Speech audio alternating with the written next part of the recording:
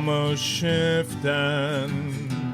We got pizza, moving boxes, or else checkers beats us.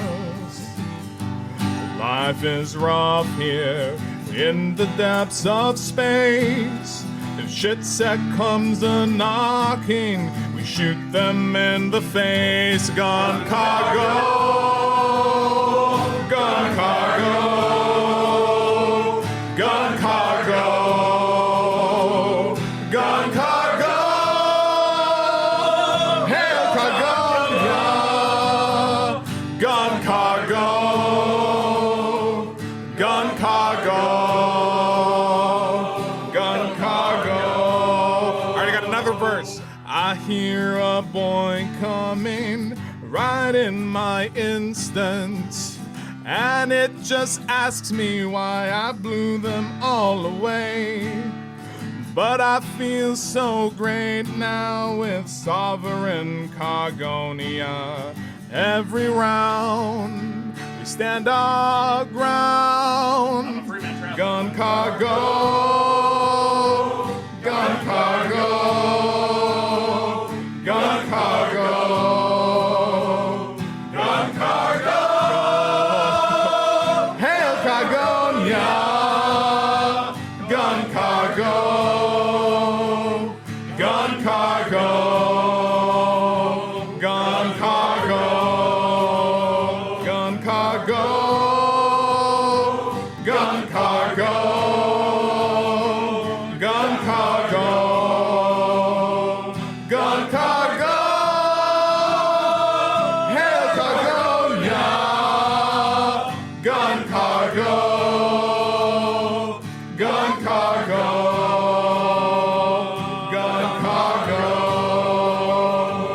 Gun cargo, gun cargo, gun cargo, gun cargo. Get back to work.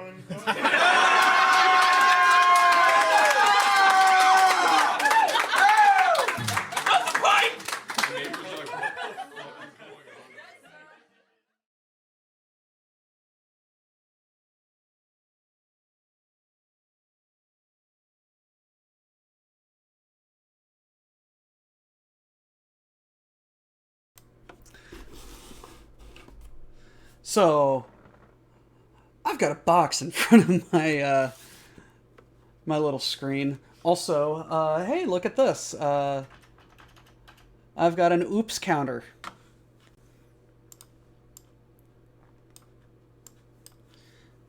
Figured out that little piece of tech. What was that? Epidemic. Epidemic.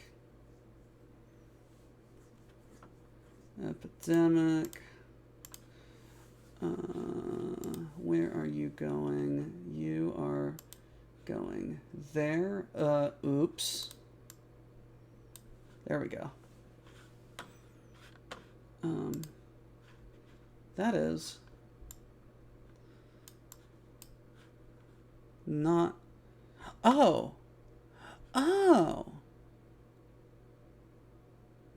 What the fuck is it looking at? Oh, it's looking at that.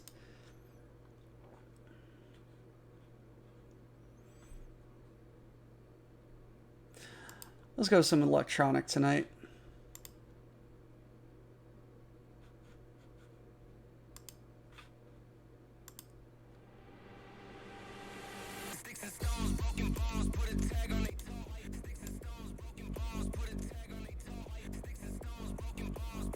Alrighty.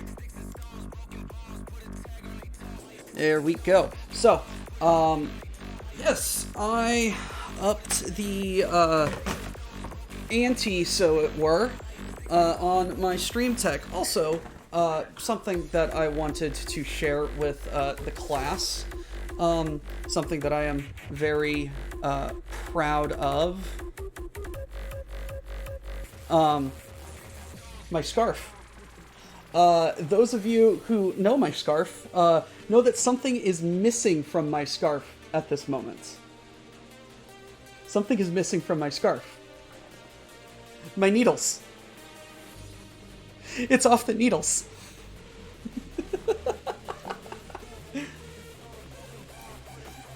My scarf is off the needles. No, it is not done. I still have to shape, and block it. Put the ends in, and then make the tassels. There is some work to be done, but my scarf is off the needles. So, if I recall, last we left off, it was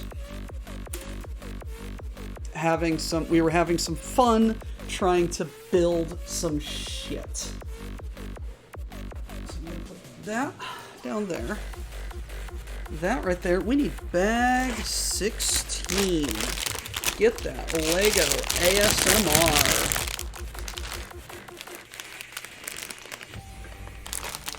But yes, we now have an official oops counter. It's not as scratchy. It's not as scratchy. Also, suggestion from chat, I've got bowls.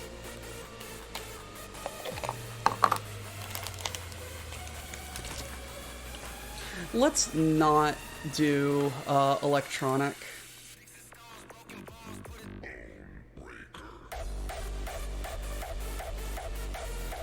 We're doing a happy vibe.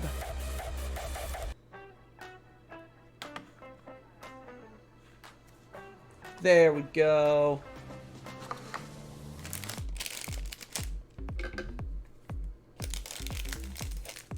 I'm digging that a bit better.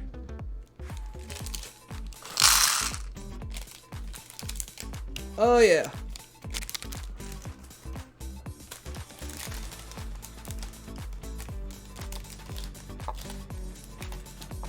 Oh yeah, we having fun tonight.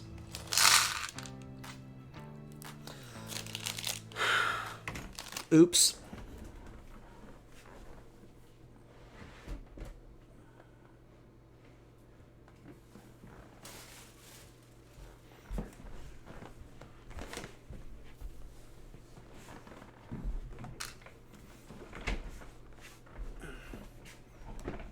Oh. That's pause on that. I gotta be in here to, I'll call that a double oops.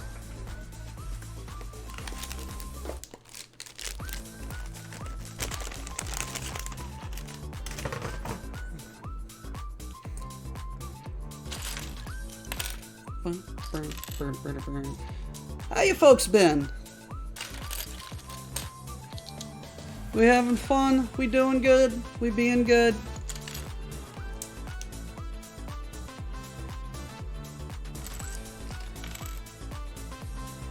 Alrighty, I'm just doing this off camera because it's just a pain. This is getting a pain to move.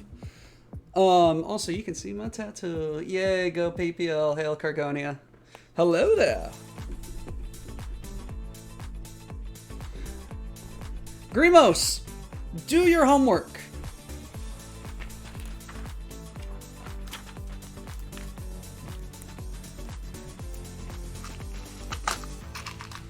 These little buckets have become very helpful. O'Bannon, go do your paperwork. Then we'll let you have fun with the weird, we'll let you have fun kitting out the tanks to do weird shit.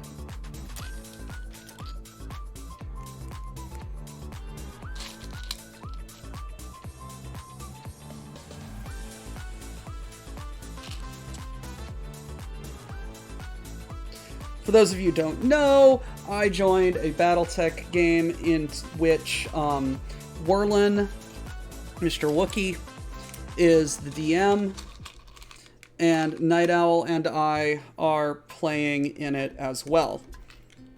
Mr. Grimos is playing O'Bannon. I forget your first name. He is a menace. There is a list of things that O'Bannon and Mr. Duck's character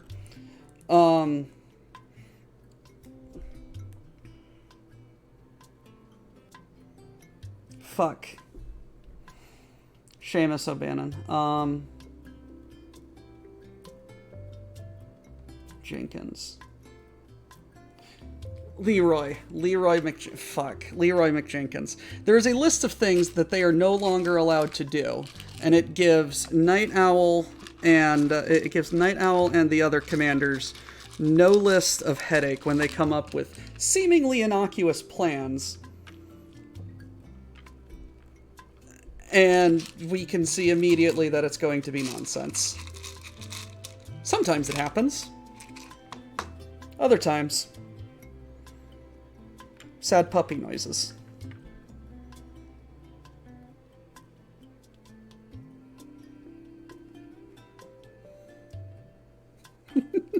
I forgot about that.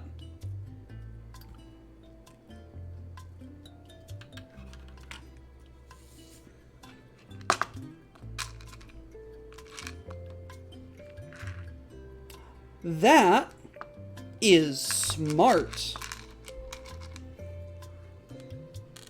The clips, the acceptor pieces were in a different bag than the clip pieces. Lego. You smart people.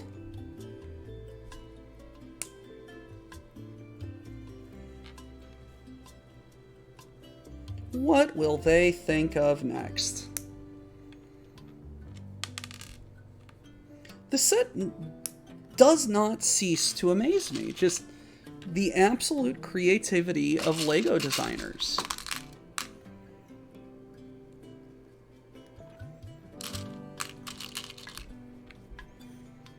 Like, there's some real smart cookies over there.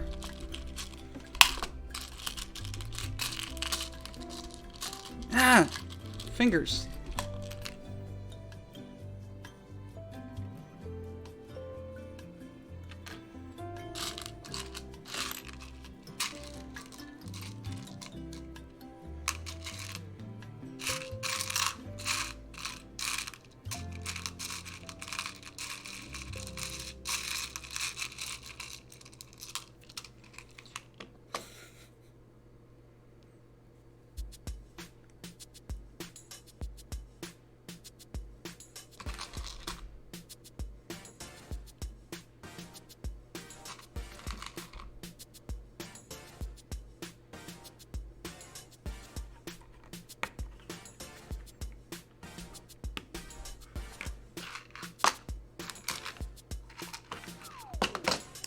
Thank you again, Epidemic Music, for thank you, WBPL, for having a subscription to Epidemic Music, so we don't just have to listen to me ramble on and on and on and on and on and on and on and on about everything.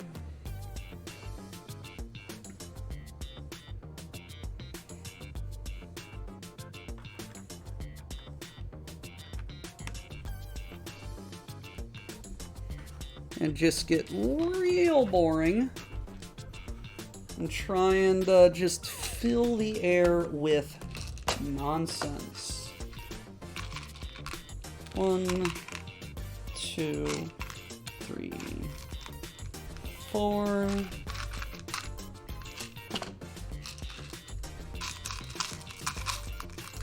One, 2, 3, 4.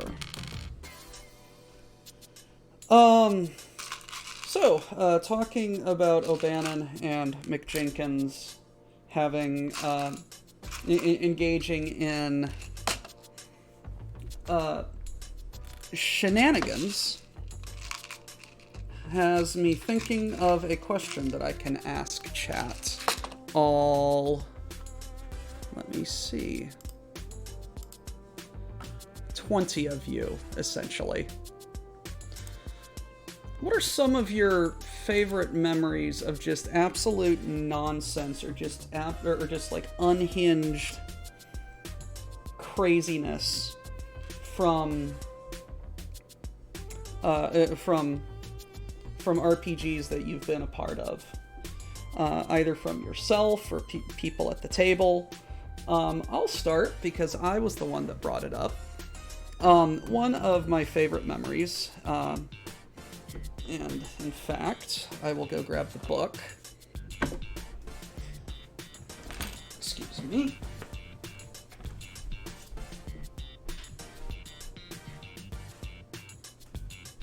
Is something that I think Lady Red and I will have a conversation about on her show at some point when we get my friend Mike on to have an interview. This is an RPG that he made, Blood on the Lens. It's very fun, very rules light, very cinematic, very campy. Your character sheet is a piece of paper that if you take too much damage, you rip parts of it off. It's great.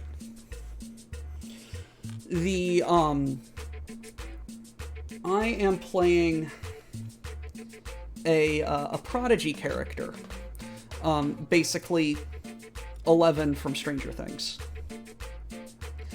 And I've got great telekinetic powers and can't really control them all that well. And one of my character traits is I want better control over my power because, quite frankly, I'm scared of myself. I'm a teen. I'm a young kid about to go through puberty, or like starting to go through puberty. Powers are going haywire. I just want to not hurt people. And this makes complete sense in the story. We ended up in one session having to fight a Native American snake deity thing. Looks like a Quetzalcoatl kind of thing. And one of the things it has is a giant focusing diamond in the middle of its forehead that it uses to channel its powers through.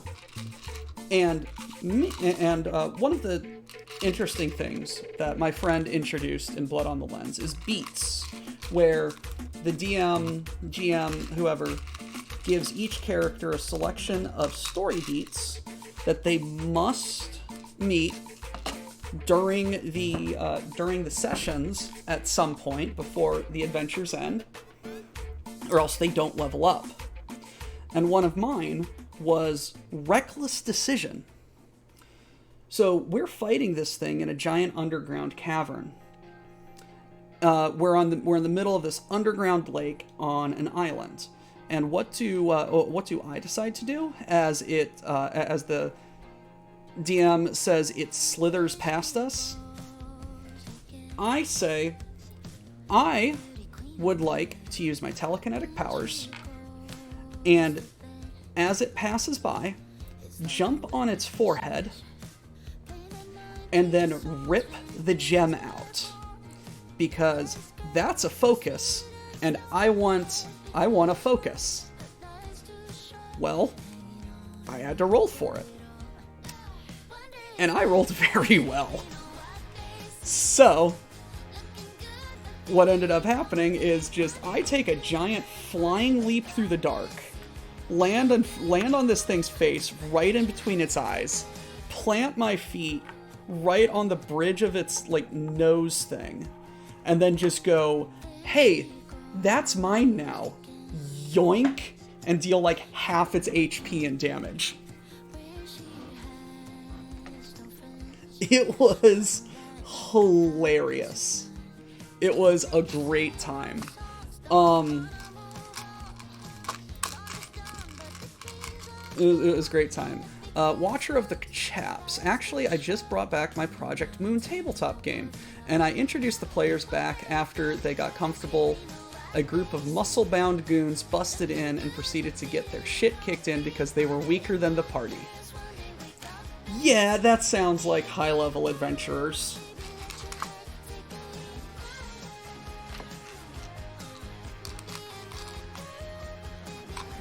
Is the music a little loud? It seems a little loud.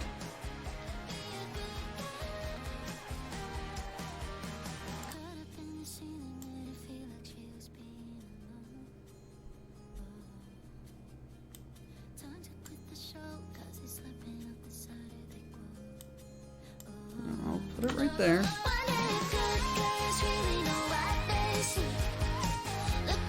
Nope, nope, nope, nope. Have to do it like that. There we go.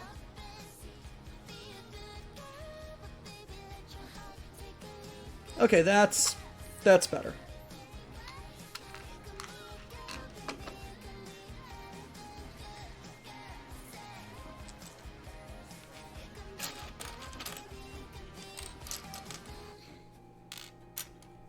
Okay, let's take some pieces. This scarf is going to get significantly less itchy when I wash it.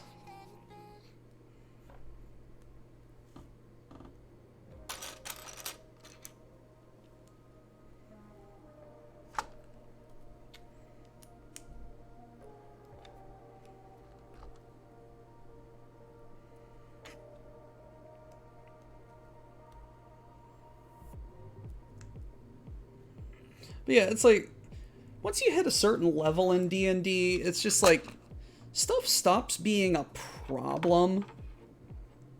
And it's just like you're just, the town guards are just like, hey, you can't do that. And I'm just like, yeah, and who's gonna stop me?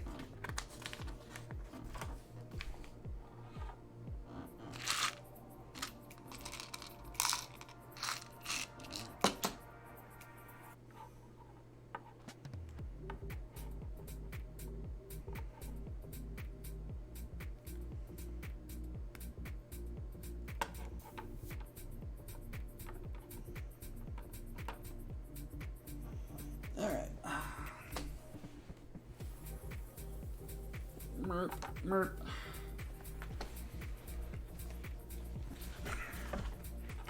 I really need a larger table. And like several more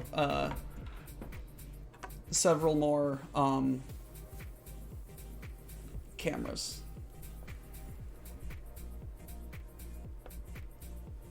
Hi.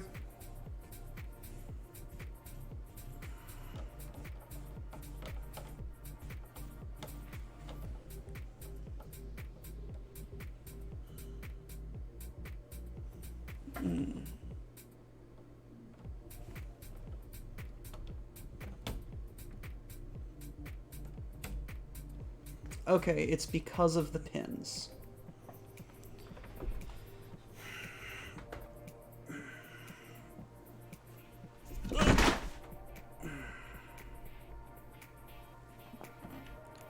Oops.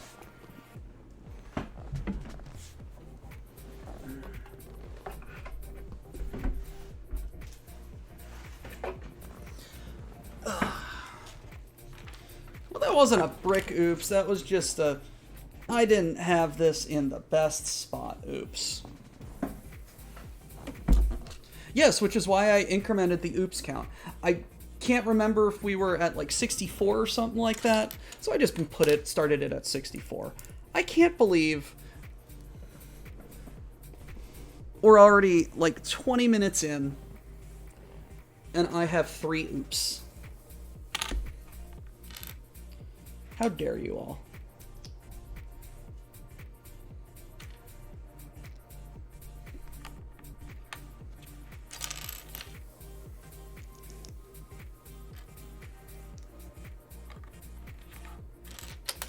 I think I am going to repurpose this counter. this was a script I found titled like death counter, incremental death counter, and I'm just like, so you made an incremental counter. Doesn't matter if it's for death or not. I'm probably going to repurpose this for Rogue Trader and call it times Abelard was sicked on someone.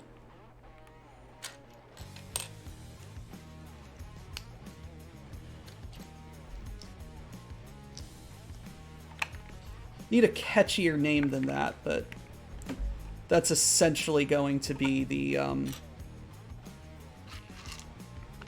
purpose of it. It's like, how many balls has Abelard cut off? How many people have I had him introduce me to, only to immediately, utterly annihilate them?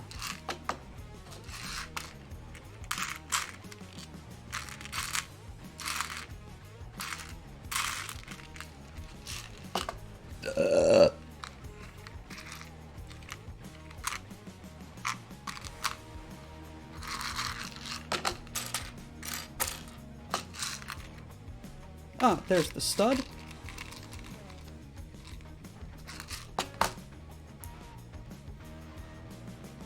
It's a bit too metal, but it's a vibe.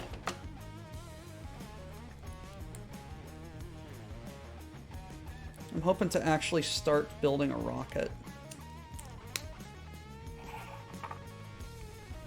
It goes there. And we start build a freightin'.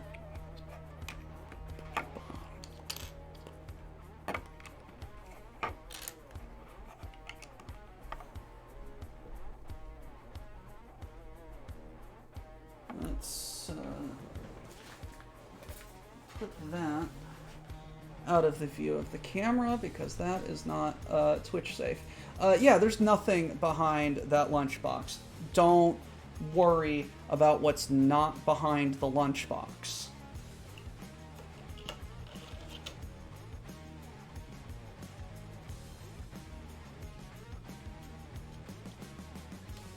There's nothing behind the lunchbox. It's definitely not there to block the view of something.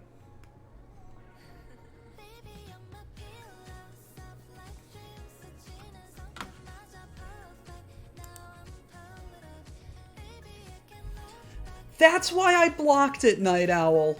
Okay? That's why I hit it. Y'all are pressing X to doubt.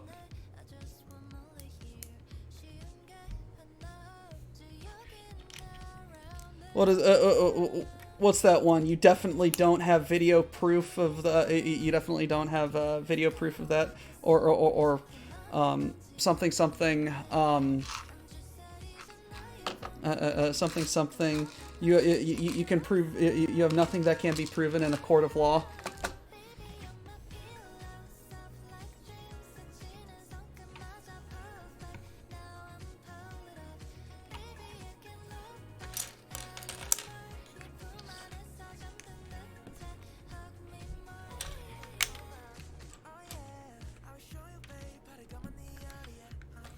Night Owl is desperately spooling through all of the quotes to find the one. Oh, don't make me break out TOS on you. Night Owl, that's why I immediately hit it as soon as I realized it was going to be in shot.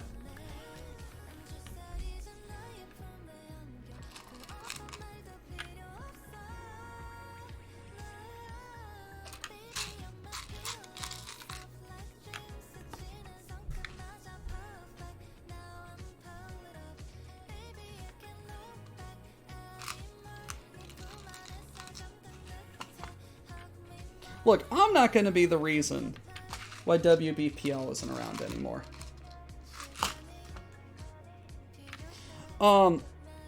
So, my morning started out pretty fun. And by fun, I mean, I had to work this morning at 5:30 a.m. and until about 2:30. And something. Kids just love not coming into work. But that's not what the fun part is. The store that I'm at is just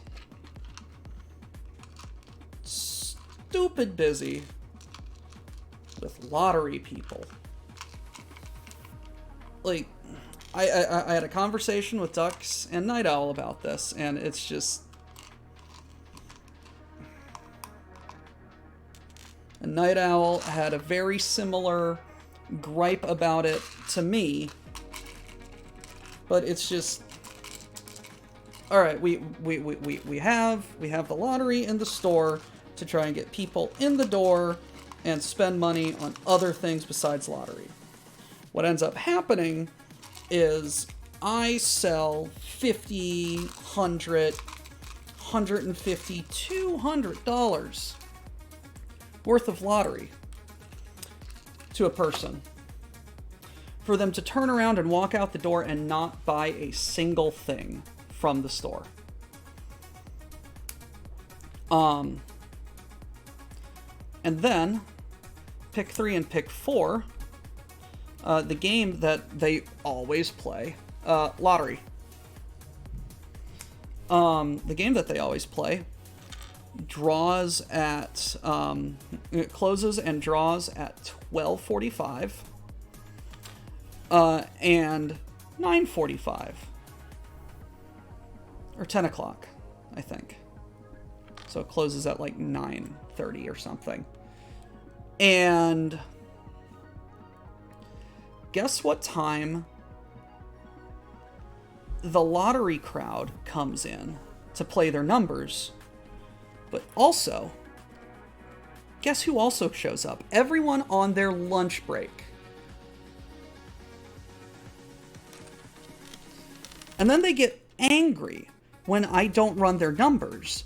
Or they're just like, oh, you didn't run my numbers. I'm just like, I ran the tickets you gave me. Okay? Do not be upset at me. I ran what you gave me. And it's not my fault that 7 other people had the exact same idea to come in and also play their lottery numbers at the exact same time right before the draw closes.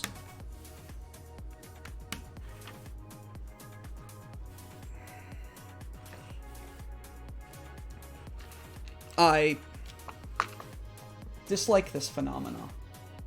Do. Phenomena. Do.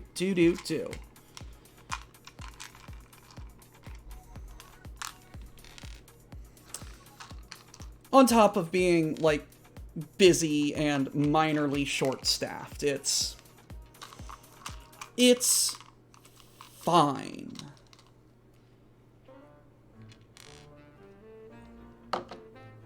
I'm getting paid, like, stupid amounts of money to do this. Or at least stupid to me and enough to, like, live comfortably, but...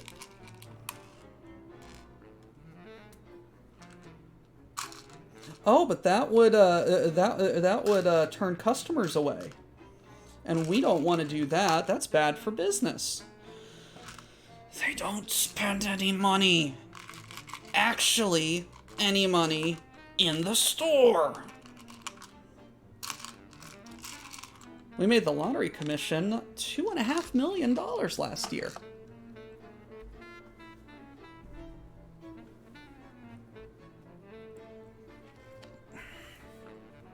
I think the worst part about it is it's not just that they hand me like the number slips. It's that they have their old slips, and they're just like, "Hey, replay these old slips." And those replay the old slips are so much more tedious to scan because the machine is like 30 years old and does not scan more than 1 ticket or more than 2 tickets in its queue at a time. and then it gets slow and bogged down, and I gotta wait for the tickets to clear the queue before I can scan another, and then it what is it? Brain meets not braining, and my foot's asleep. I should probably move my foot.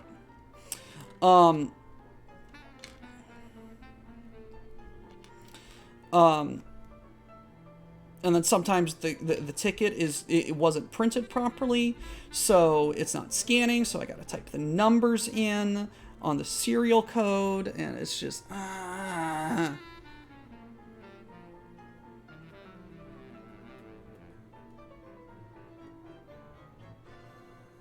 Not Jim Artis. I once got told by management, the guy that comes in every 2 weeks and buys 1 pack of cigarettes with 120 minutes after you start, tell him to fuck off. We don't want his business.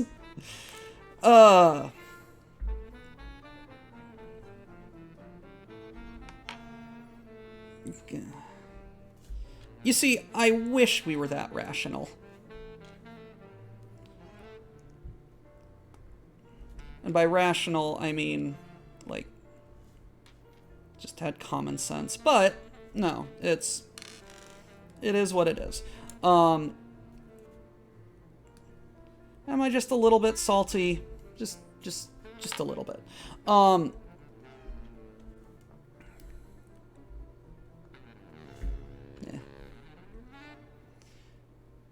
We got a big old thing that's full of tubes of fives that equal $100. So I just go pop. Hey, here's 100. I ask him, hey, are you cool with a ton of fives? No. Then do you have anything smaller? No. Then do you have a card? No.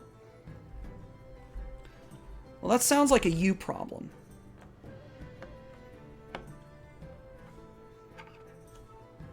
And it's not the problem that I don't get 20s, it's that I get too many 20s. It's like every shift Brinks comes in, and it's just like, hey, here's a bag of money. I should probably stop talking about work. Start talking about Legos.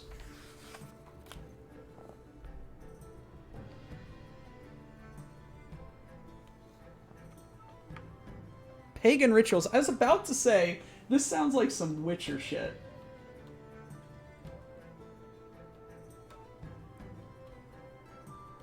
Sounds like some CD Projekt Red Witcher shit.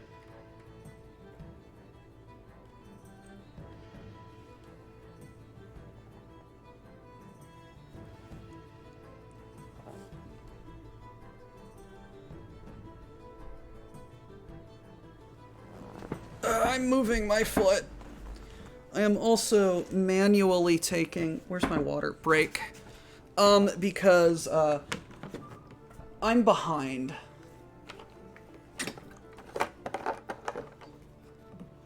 Hold on, Jim.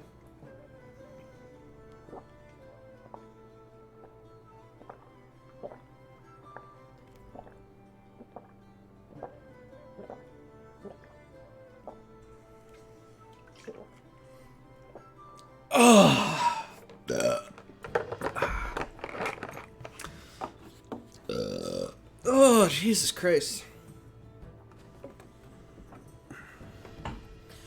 Do you have a headache? Are you tired? Drink some water. You'll feel better. Yes, Jim. Yes, I have. It's at my parents' place because I don't have any room to display all of my Legos. Ugh. But I do have the Saturn V rocket.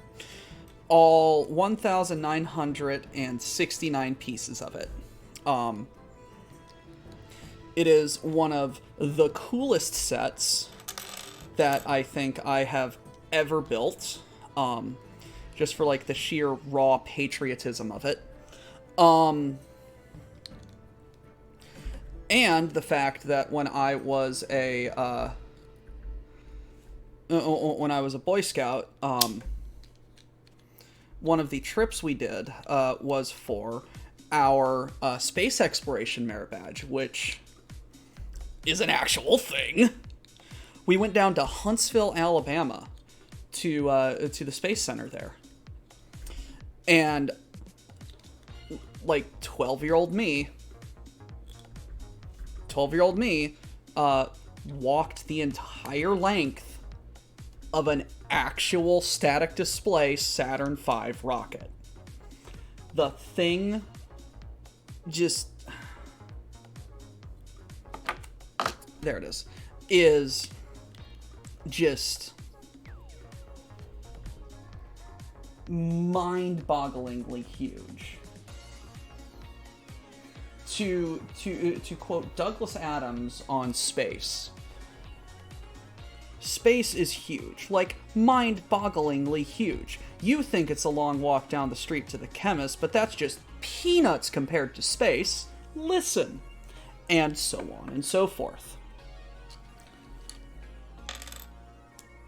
Now make it a structure the size of a skyscraper, make it a structure the size of a skyscraper propelling 2 VW bugs into the atmosphere, hurtle them through space to get one of them to land on a moon, on the moon, like, and then get them back.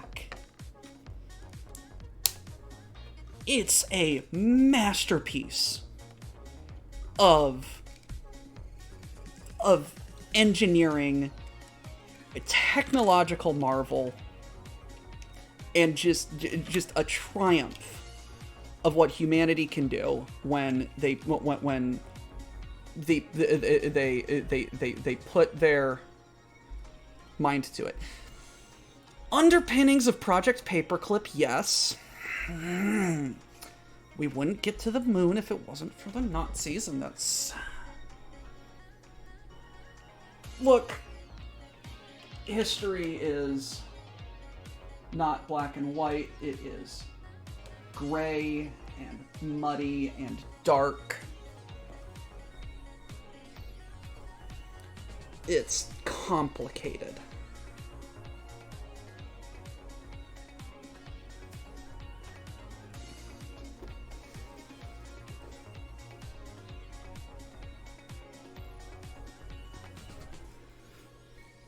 No, yeah, it's the getting them there part was like the easy bit.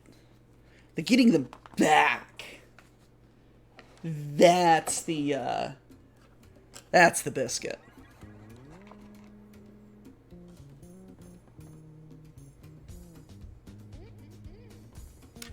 So is this the short one or the long one? You know, Lego, like, you could have done a really cool thing for me and been like, this picture right here, that's 7 or 11, and this is the 7. But no, I have to infer that by building this monstrosity, and being like, oh no, that doesn't make sense. That doesn't look right. And if that's what happened, I'm not counting that as an oops. I have not done the Dune Ornithopter. I want to do the Dune Ornithopter. I will acquire the Dune Ornithopter. Sitting in a bag over there is Lego Notre Dame.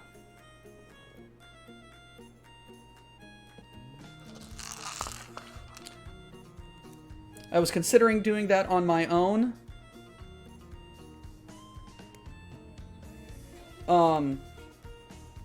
Yeah, this is correct. I was considering doing it on my own, but it seems I've kind of stumbled into being the Lego guy, you know.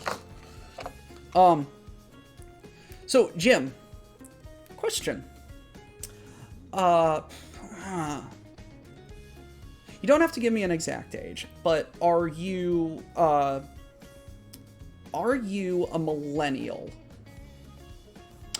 of a certain 90s kid era growing up. Of like a certain 90s era of television and culture growing up.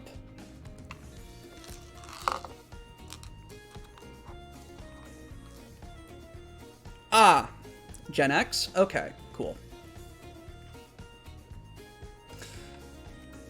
Where I was going with this was one of my favorite shows is, one of my favorite shows is, late Gen X, early millennial. Yeah, okay. One of my favorite TV shows is Voltron. I actually have the like the plastic transforming toys. And all the stickers, all the dudes, all the missiles still. Somehow. We played, me and my brother played the shit out of those things.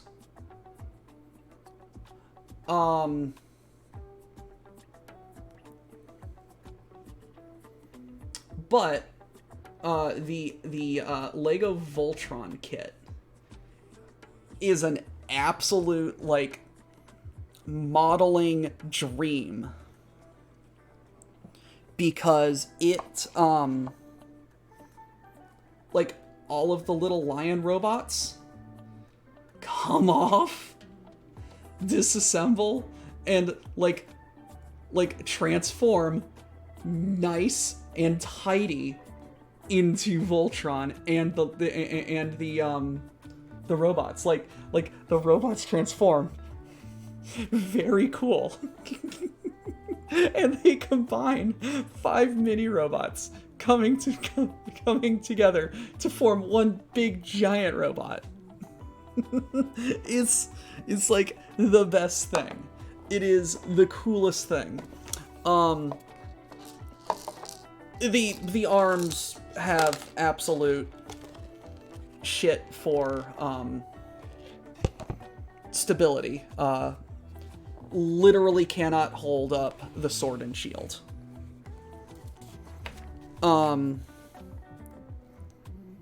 That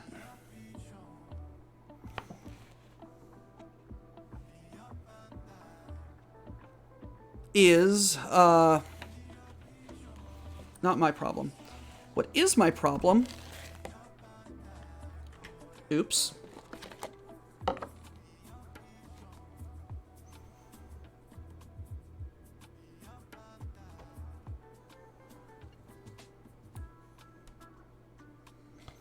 I may have to look into acquiring the Optimus Prime kit now.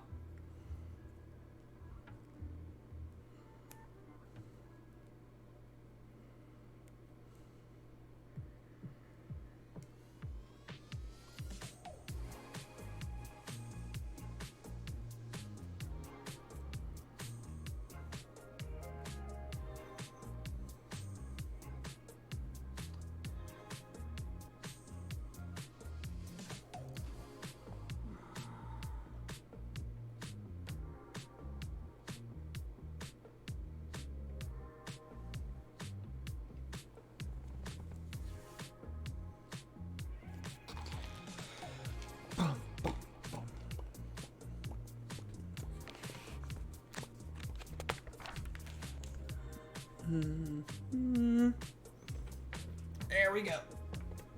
Also, my oops counter is in Comic Sans. Don't at me.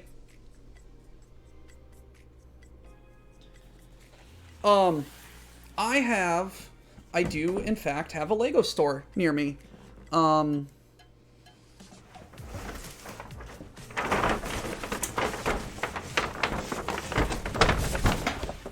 got the bag.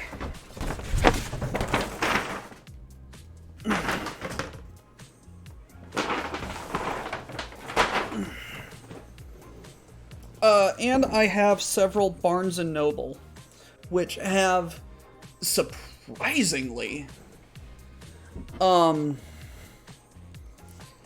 a great selection of Legos.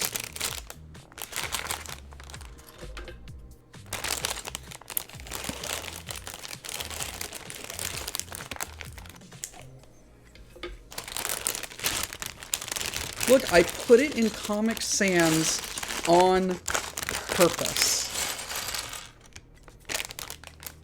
Don't at me. Hey, do you have a better font idea? No, so Lego sets that I've done. I've talked about the Saturn V. Papyrus. Is there Papyrus? You motherfucker.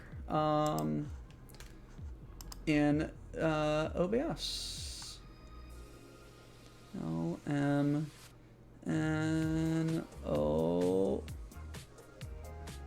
Papyrus is not in OBS, or at least this OBS.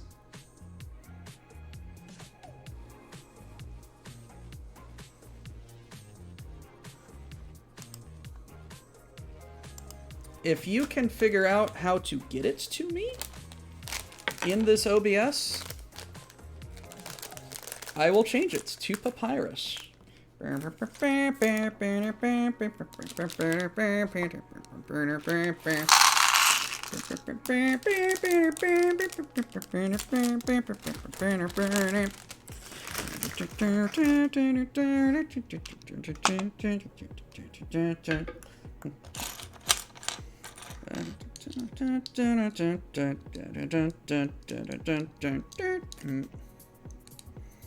Oh, come on, snap on there.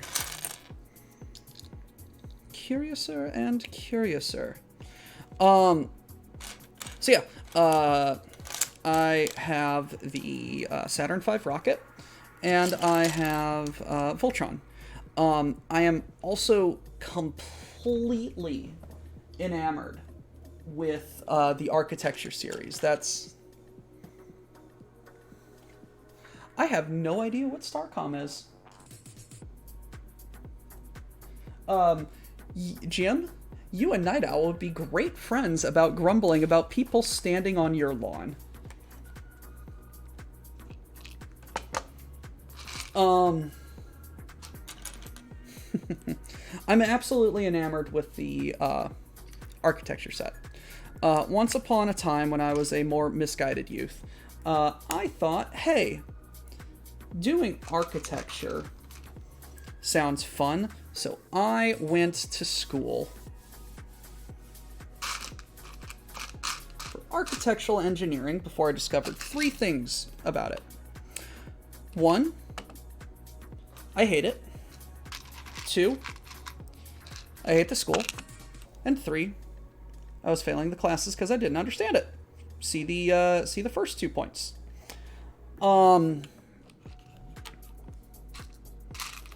I need to get the Pyramid of Giza. But during that period, and still now, I absolutely adore architecture. Architecture is, I feel, just like an absolutely amazing expression of human creativity. And just just like amazing engineering. You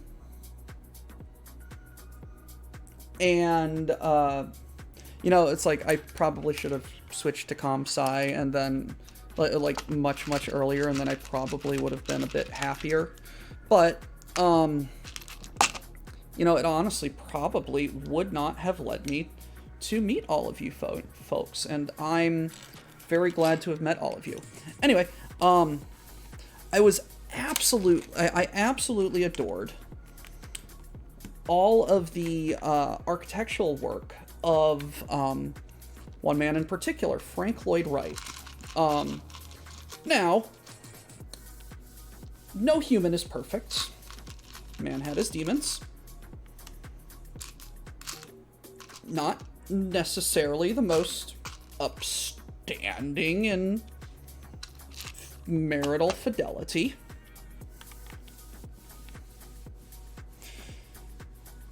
But damn, did he have an artistic vision, and damn, did he not give a shit what other people thought,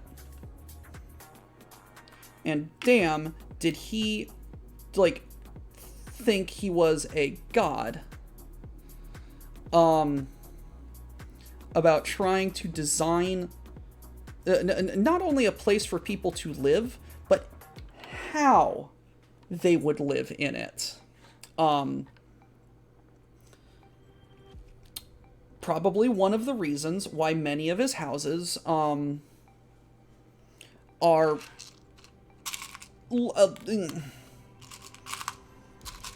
they are perfectly good if you exist in them as they were designed to be. But structurally, man, do they have some leaks. Not necessarily all of the roof being, all of the roofs being, like, sound enough to withstand water, just constant leaking, and,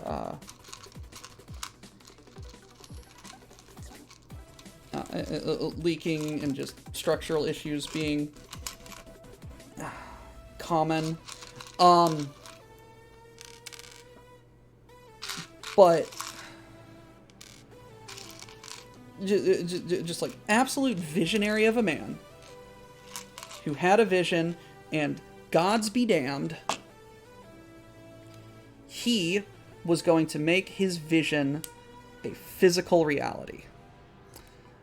Man also knew how to design some absolutely beautiful windows. I have a when I opened up a couple of my company's stores in Chicago, they on my days off, I actually went into downtown Chicago, and I went to Oak Park, and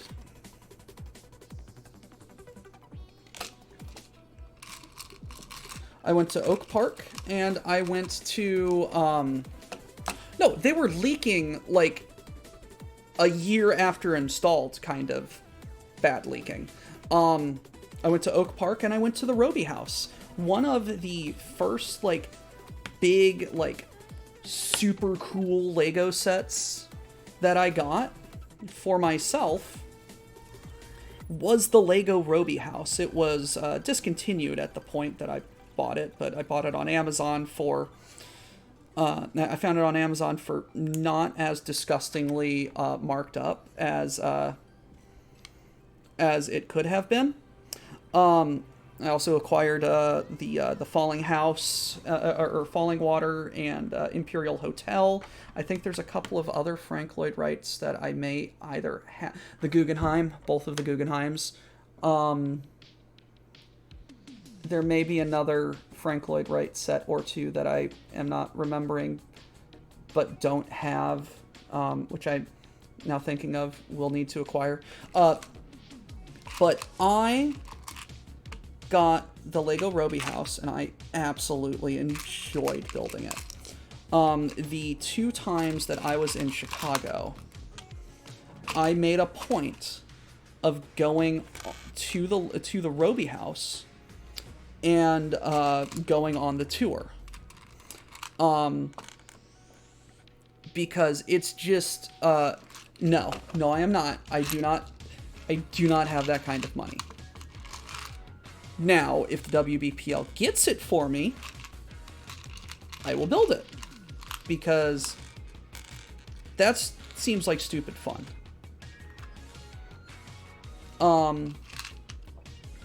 But yeah, no, I went to the Roby House, and the first time I went, it was very fun. And then the second time I went, it was just like, hey, why are you going back there? Don't you know? different tour guides had different different approaches to it, and talked differently about and highlighted different aspects of the house's history. And the first time I went, we couldn't go into the playroom. So the second time I went, we actually went into the playroom.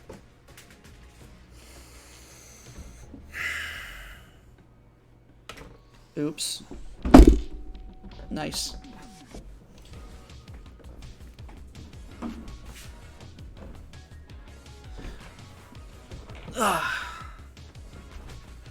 Yeah, you saw my sharp inhale of breath, and then the look of defeat on my face. Also, we have nice oopses. But yeah, we went into the playroom, which was a very interesting look into.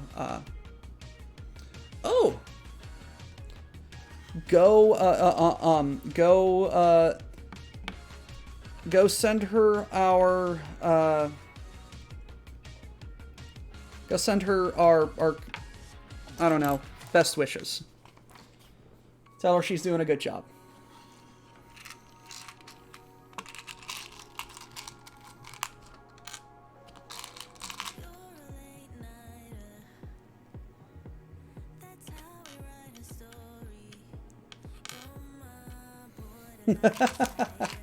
When are you not doing some terrible shitpost image?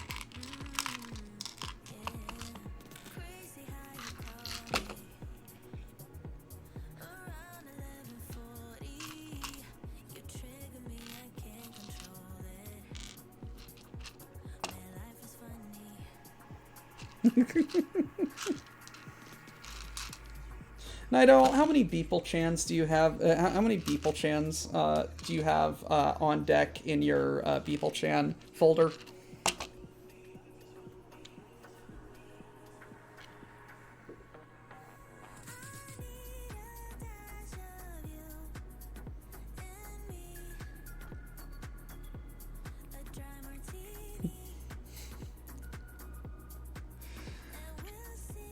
That was way too quick.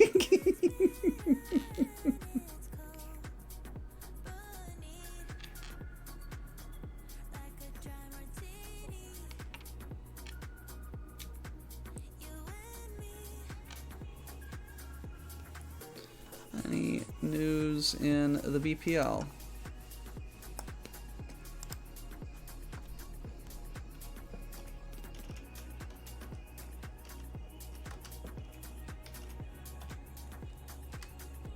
Lego my ego. I mean, shush, but yes, I know how computers work.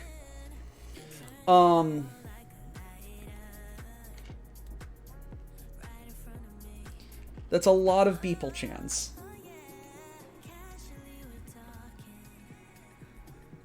It's a lot of Beeple Chans there, buddy.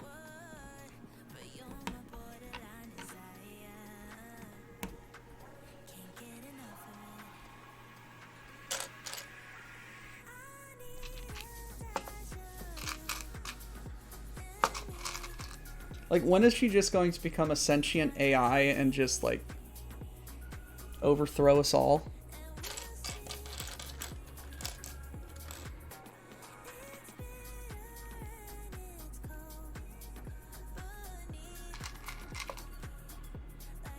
Beeple Chan chatbot.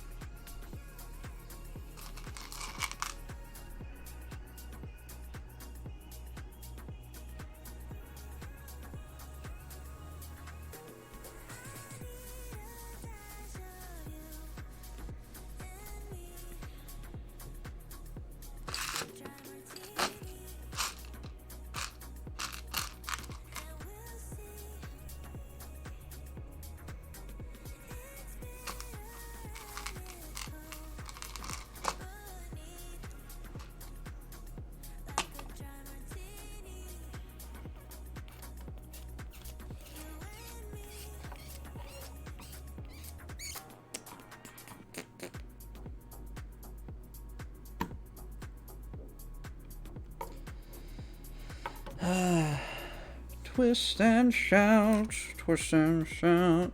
Come on, come on, come on, baby, now.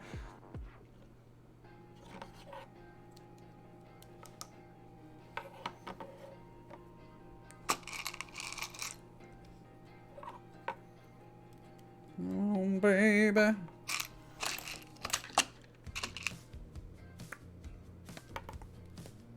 Oh, that's clever. What are we doing here?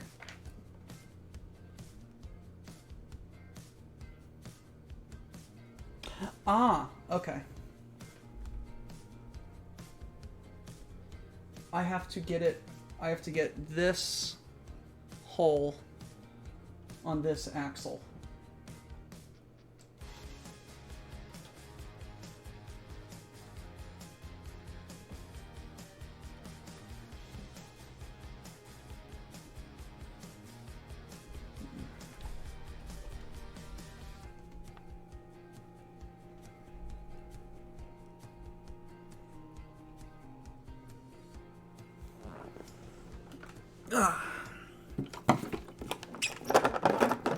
Drink.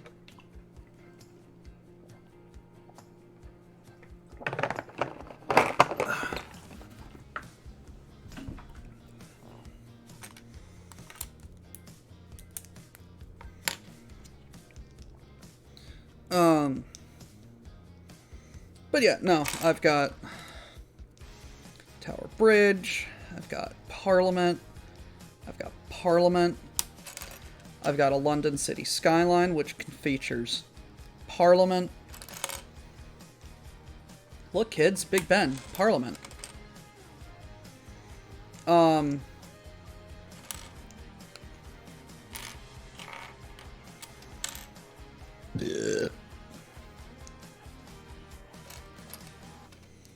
I've got a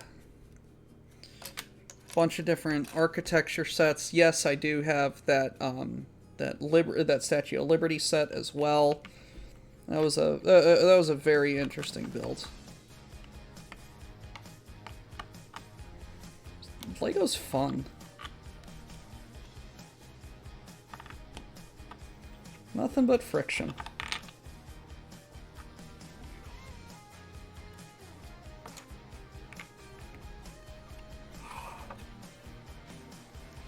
Nothing but friction.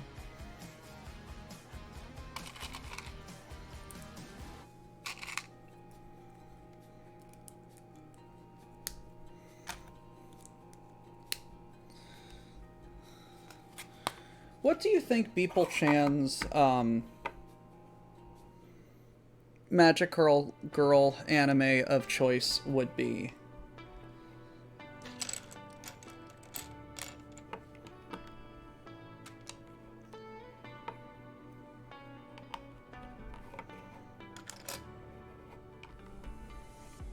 Would it be like that?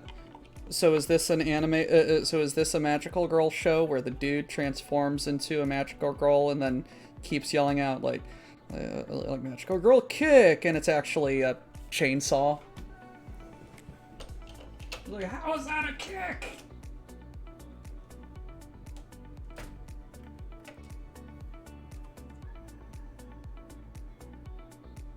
That is a big tower.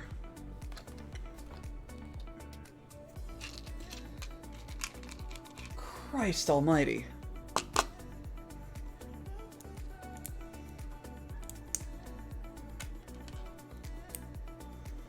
I have been so out of the loop of anime. I really need to get back into catching up on what I've missed. Yeah, I'll go. What one's that?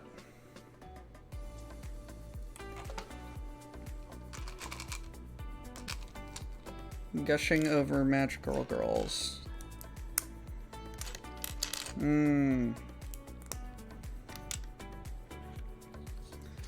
Hesitantly, please describe.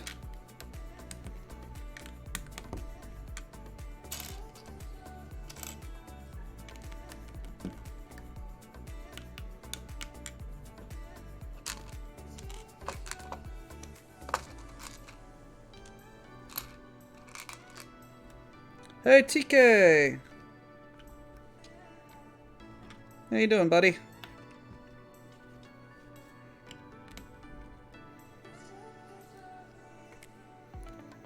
We are still building the gantry.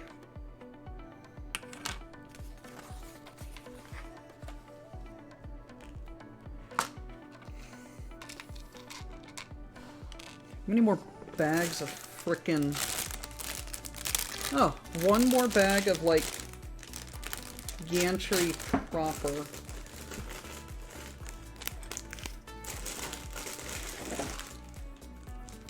And then... Oh, okay, okay. Yeah, one more height gantry.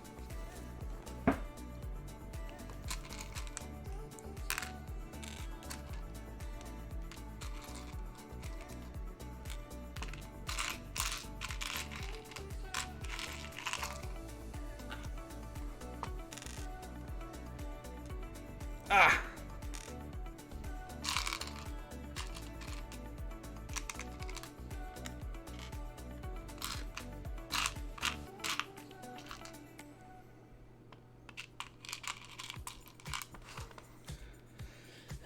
It's funnier if it's Fooper fan.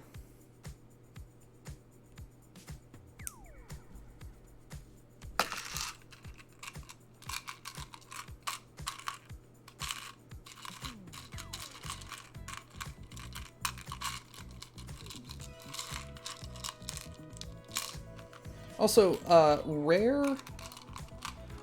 rare glimpse into my thought process. Those of you who are here and paying attention in chat, I have not decided what to make for a cooking show tomorrow.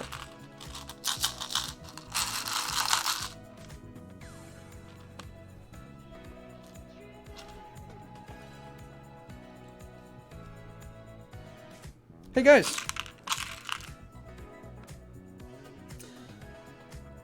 We are missing a pin. We're missing a rod.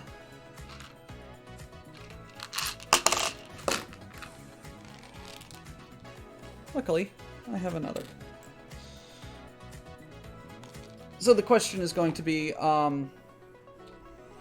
what should I do for cooking tomorrow? Oven finished steaks.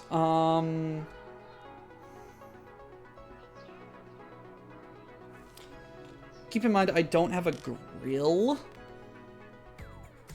But I assume like pan searing, pan frying, and then finishing it off, getting it to temp in the oven. Is that what you're talking about? No, no, no. I had already made my decision. We're doing breakfast. We're doing biscuits and gravy. And we're gonna send the episode to Squick, and he's gonna hate us for doing. I forgot that I had already made this decision, and yeah, we're doing biscuits and gravy so that we can annoy Squick with their existence.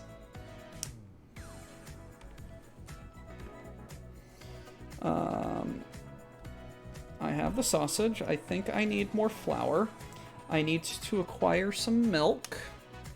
And I will also acquire some bacon, and I have eggs.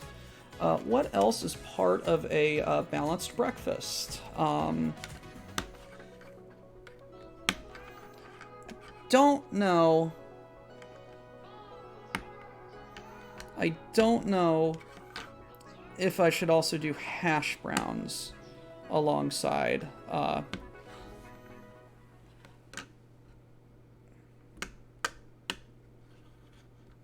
Biscuits and gravy. Also, everyone, quack at that man. Quack at him right now. Quack, Mr. Ducks, quack. All like 3 of you still actively engaged in chat. Hello, Mr. Ducks. Good evening. How was the unconscious time?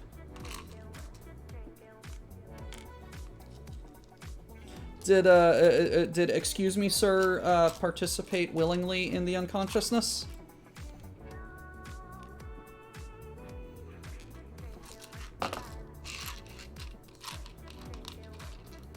And then I will ask you the obvious question of,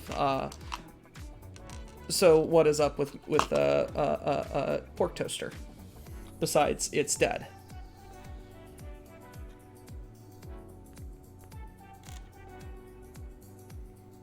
Also, open invite if you want to come in, Ducks.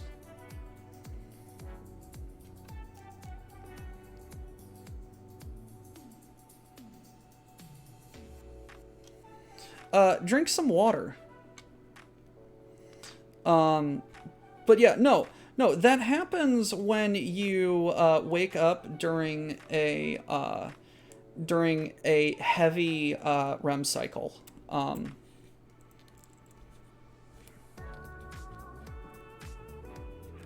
Not awake enough for verbal word make. I understand that feeling. You're in battery saving mode.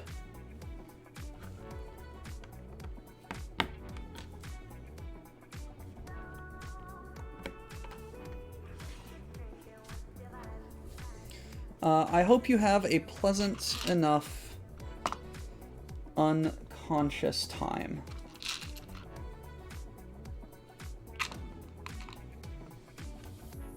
Lady Red, yes. We need to collaborate on pork toaster recipes and Cajun recipes so that we can give them to Lady Red so that she may compile a BPL cookbook. Is this not what the mission is?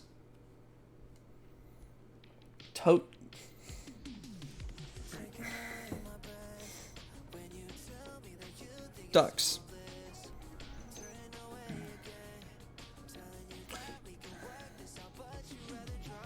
Toaster pizza. That's cheese in a toaster that is going to melt and get on the elements.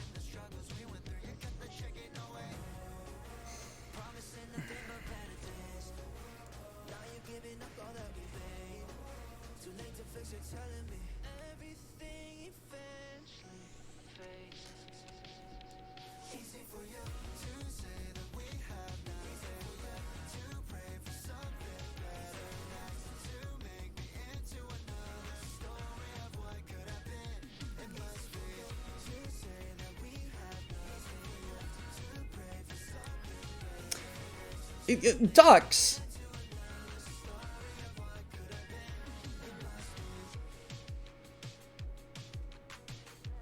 First time chat, Scrub, thank you for joining us. Pay no attention to the things he is saying. He is a practiced madman. I have in fact also participated in this madness, and also created monstrosities of culinary expression with a toaster. The toaster, as it turns out, is a incredibly underutilized and underimplemented cooking implement. It can... I legitimately made extremely good pork chops in it. I made Brussels sprouts.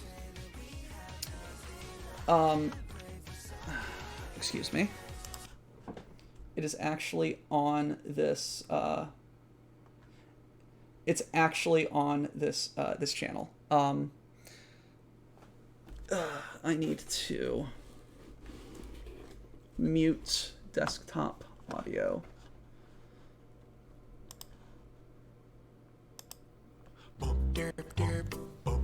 Disclaimer. I don't know if you're supposed to say the word disclaimer and then say the disclaimer, or just say the disclaimer. Whatever.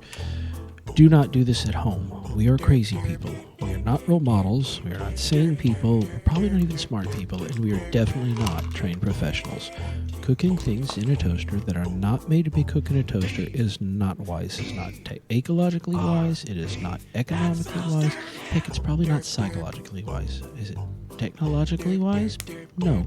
There's probably more ecolies that I don't know, and it's probably none of those either. When I first did this, I took precautions that you do not see on the screen. Please, again, do not try this at home.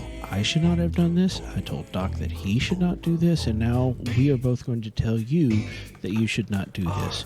We are lunatics. We're doing this because it's not... Well, okay, we're doing this because it's funny. We're not doing this because it's smart or safe. If I tried to cook like an entire head of cabbage in a microwave, it wouldn't be good. It would just make the entire office building smell like a fart. It'd be funny, but not smart. Please practice safe toaster science. Thank you. That smells dirty.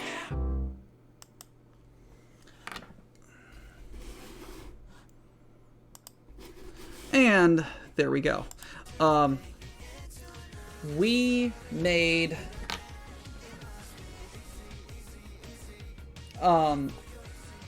that gets the ATF on you, and we're not about that life. So I made a little hinge.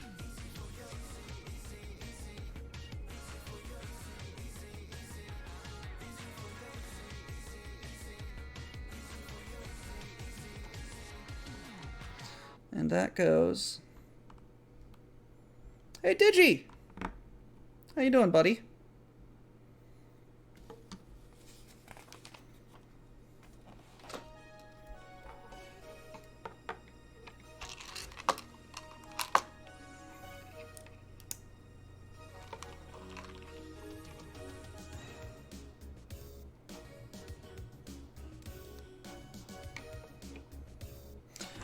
If you search in the WBPL VOD archives, you will see me actually legitimately doing it at my in a backyard, like actually out in the open for people to see.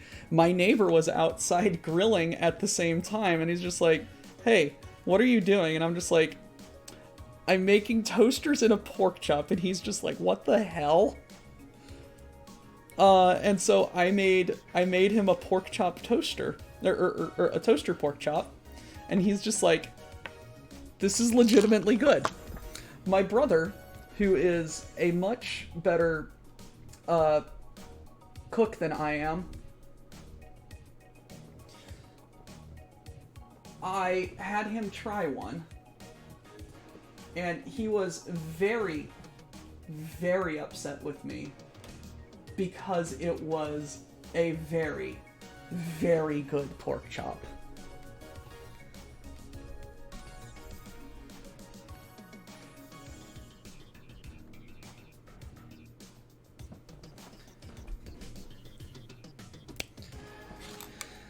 Like, literally nothing could be found wrong about it. I made bacon-wrapped asparagus.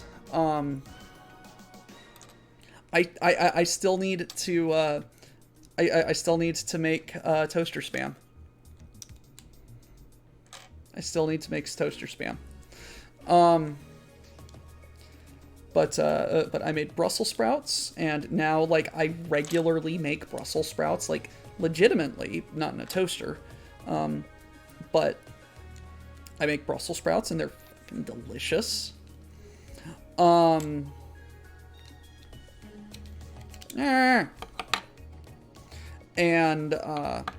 made bacon's wrapped asparagus, which was probably the squiffiest thing that I made.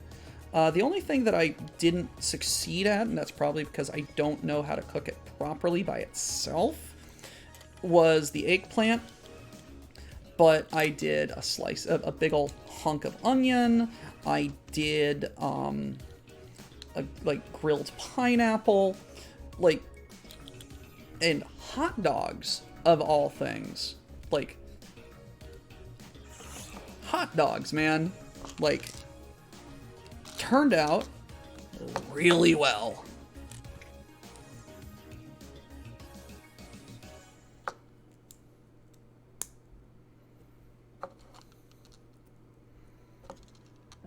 Turns out, toaster is legitimately a very good and diverse cooking implement. When did I put bread in it? Oh, yeah. I legitimately cooked bread in a toaster.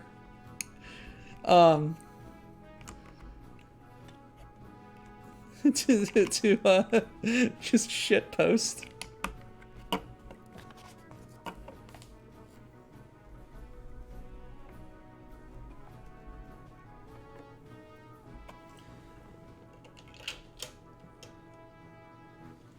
I legitimately need to actually take one of the Fiesta pails off.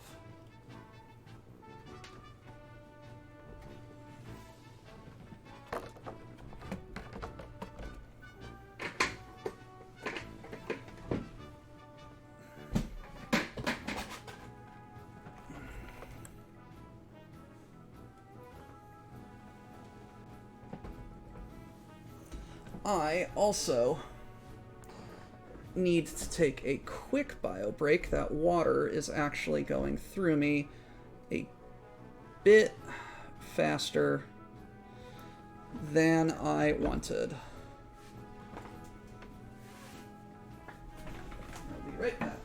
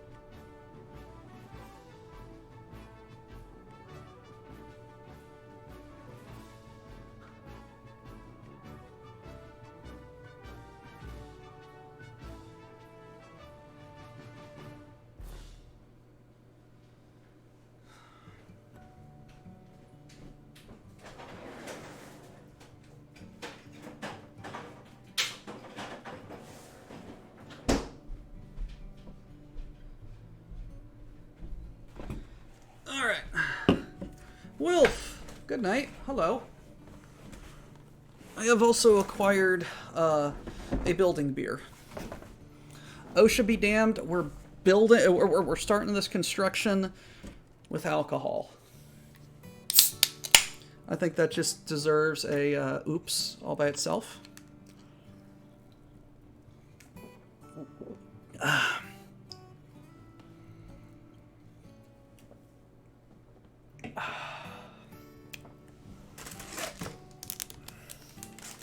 Wrong bag.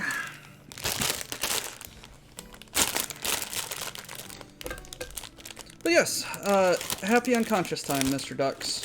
Hopefully, you wake up feeling better than the unplanned unconscious time.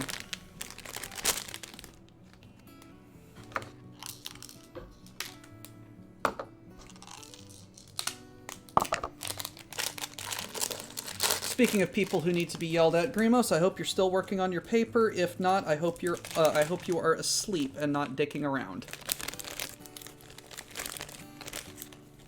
Speaking of people who need to be asleep, looks in mirror.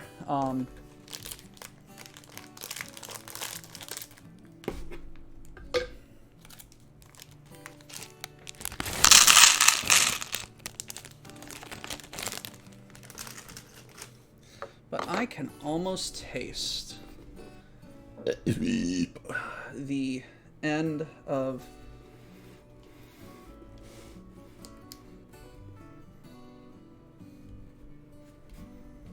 this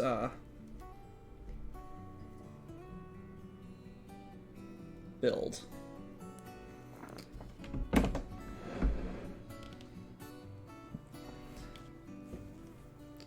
I mean, it's a beer burp, so it doesn't taste like Taco Bell.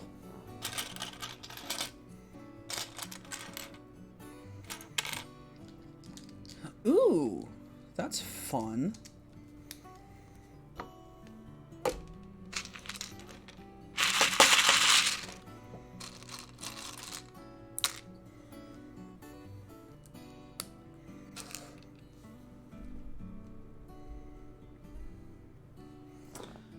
So this, ladies and gentlemen, is as tall as this is going to be.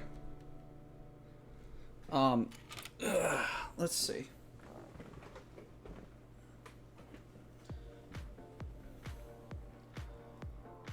Like, it's in my lap. It's taller than me.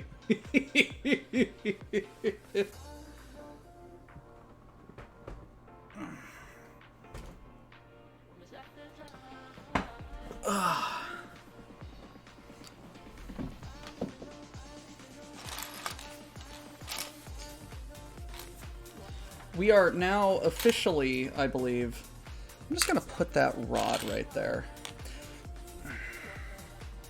I'm doing a retroactive oops. We're not missing a rod. It was underneath the build instructions. Turns out, I'm dumb.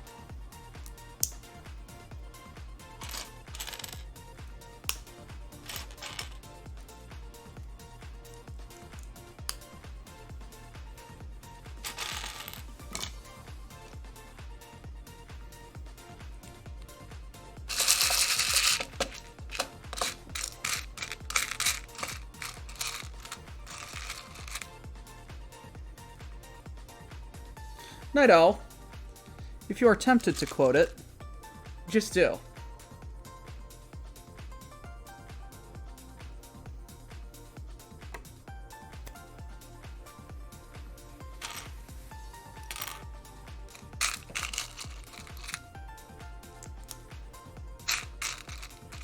Just do the quote, buddy. Don't even think about it. Like, just do it. Don't let your memes be dreams.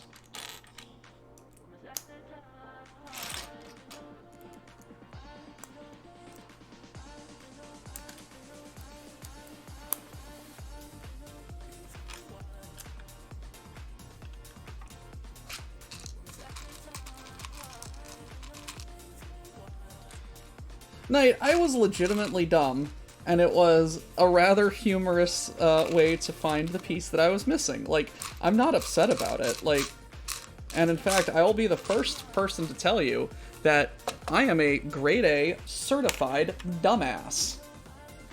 So don't feel bad about quoting me saying, hey guys, I'm a dumbass.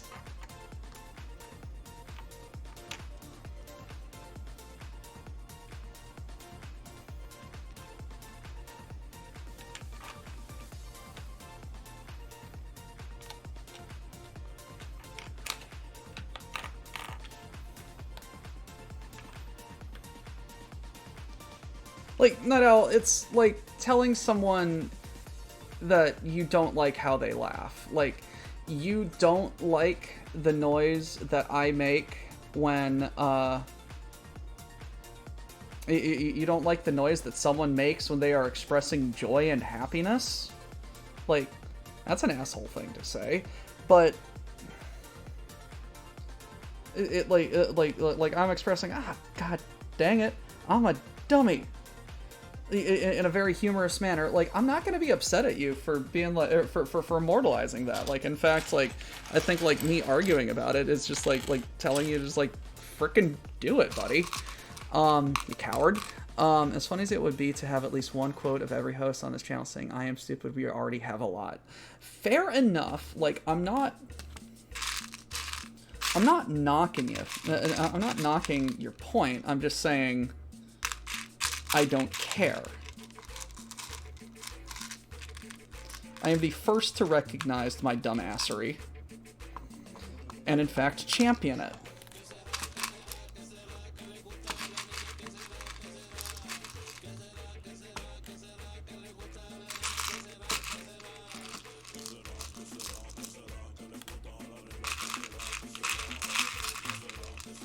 Like, I am in fact one of the dumbest people I know. I am a very smart individual, but dumb as a box of rocks.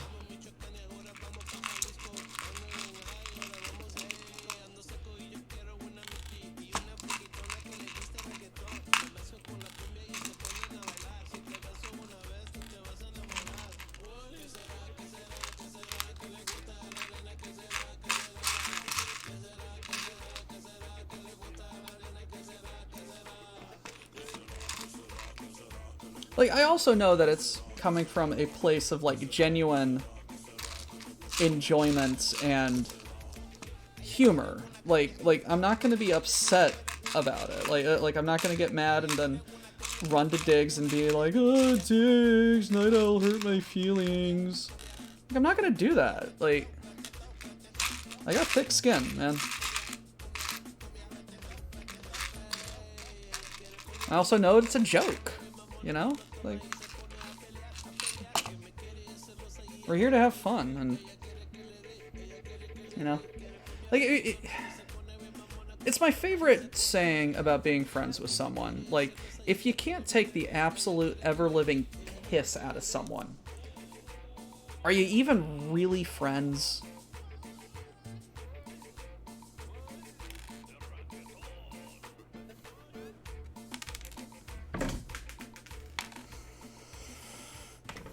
Oops.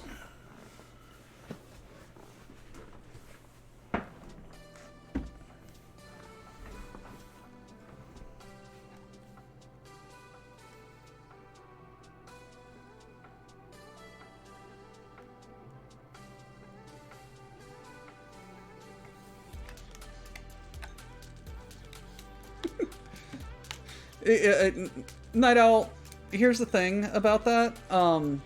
In rebuttal, don't. You're my friend, and I fully expect you to. I fully expect you to point and laugh like Nelson every time I say, "Hey, hey, I did a dumb thing." Because I'm just because. Like, if it bothers me, I will tell you, like, explicitly, like, hey, like, that wasn't cool. But it's like, here I'm explicitly saying, like, it's fucking hilarious. Like, I lost a Lego underneath the instruction manual. Like, it's hilarious. At least to me, in my 1 a.m. brain.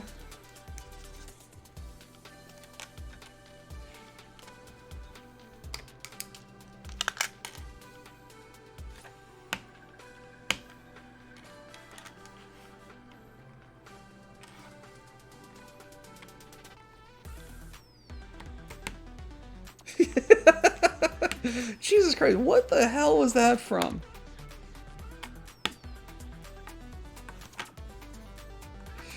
What the hell was that from? I mean, that is something that I would say, and in fact have said. There it is in black and white.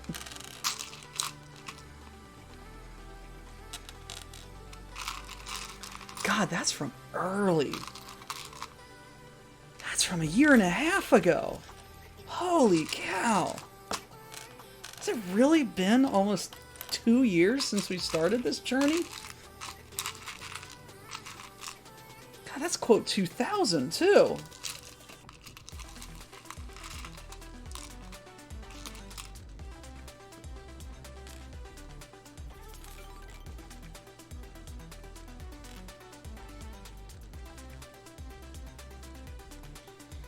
Making something involving beans and sausage.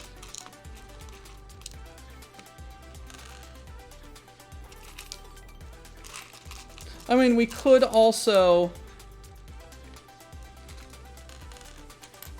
We could also, like, literally just go look at the VOD as well on the Twitch archive.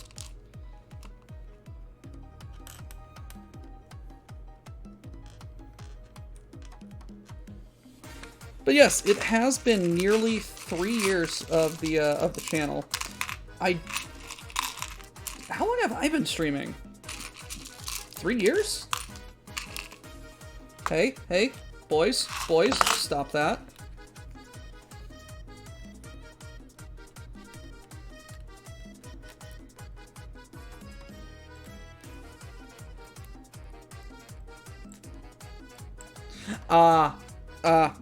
Okay, it was an MRE review. Yeah, it was an MRE review. I cannot remember what I was doing to warrant saying I have a stupid idea, but it's an MRE, and stupid ideas make MREs palatable.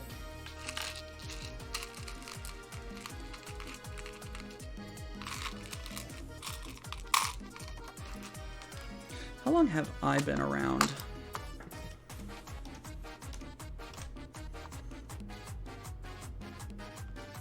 I have been subscribed for 27 months.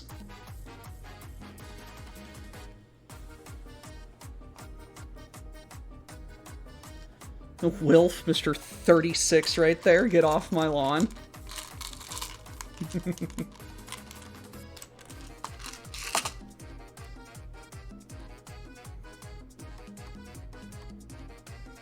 Nope. Oops.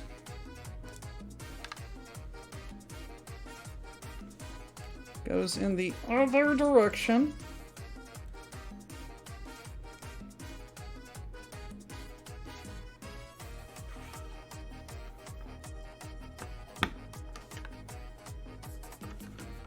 Is that my first quote?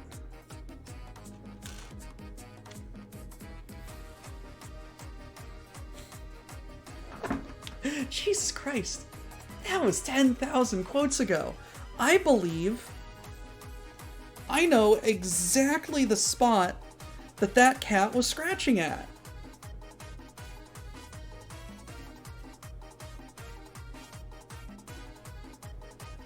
Who's this brown stripe?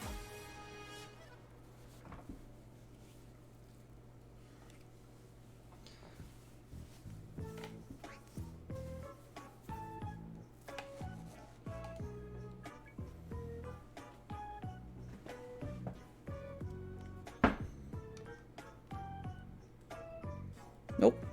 Well, yes, but also nope.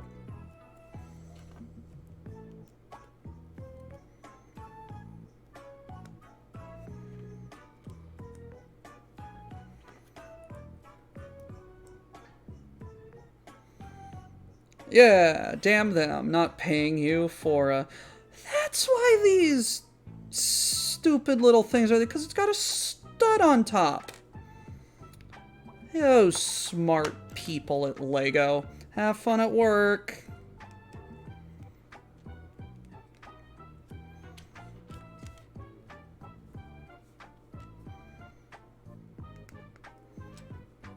Nope.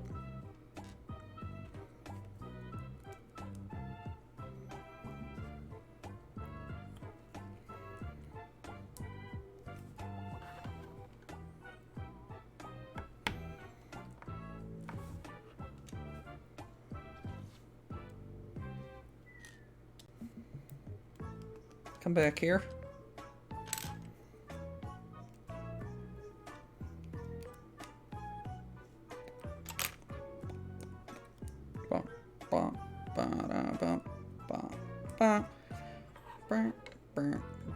Silly time with Doctor Who. Deep. And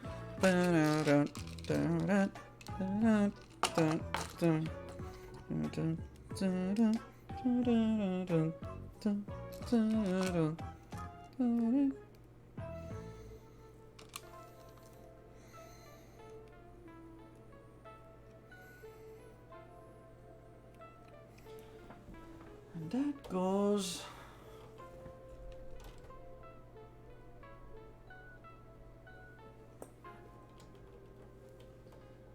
Ladies and gentlemen, we are approaching the top of the gantry.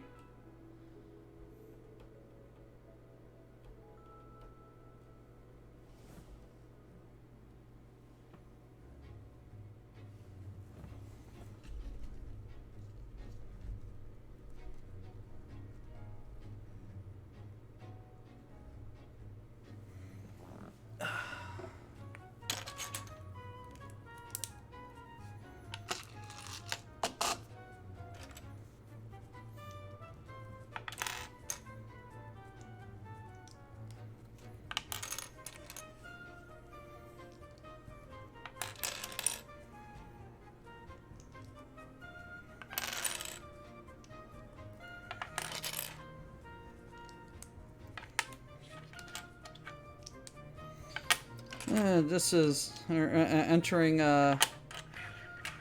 low energy part of the stream where today's nap rears its ugly head and says, "Hey, you didn't nap long enough." And I'm just like, "No, I want to finish at least the gantry and begin the rocket." Once we begin the rocket, at least a bag or two. I will probably stop unless I get a second wind. But I do need to go to bed so that I can wake up at a reasonable hour and go shopping for supplies for the thing.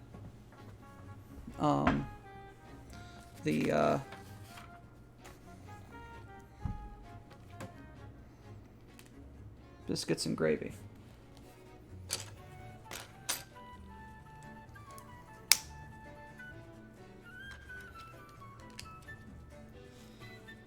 Loving the jazz flute right now.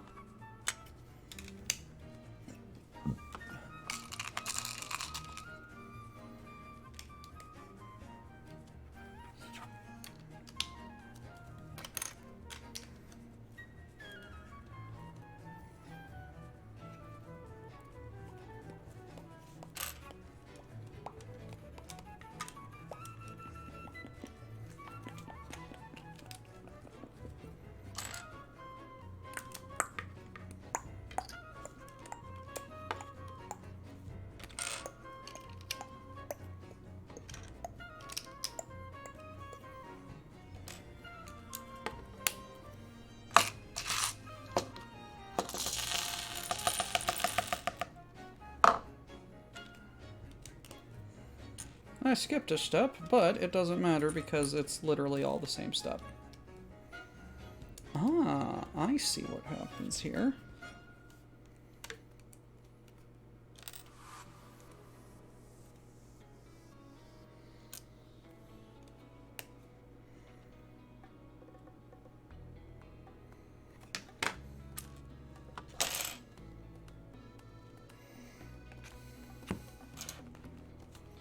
I am not dumb, it just went over there. It's about to be very upset. Alright, we got these little fences. What I love about these fences is you can use them as little brick connectors.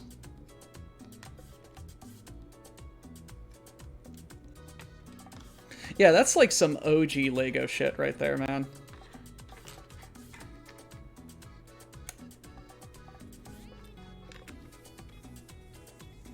Like, I swear to God, I have a car kit that used them as windows.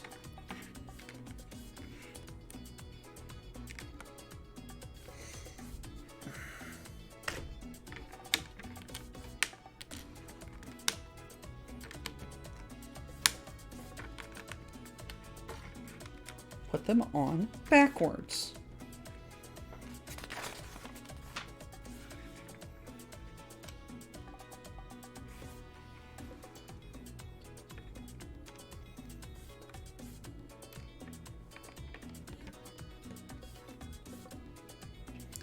Like, they look like a really good part of a grill as well. Like the grill of a car, you know?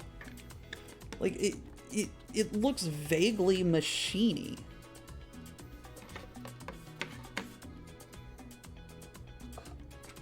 Alright, a stud on side.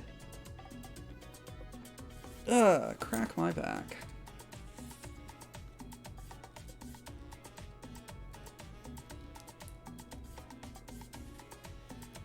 Yeah, before they started making, like, these kind of 90-degree connectors.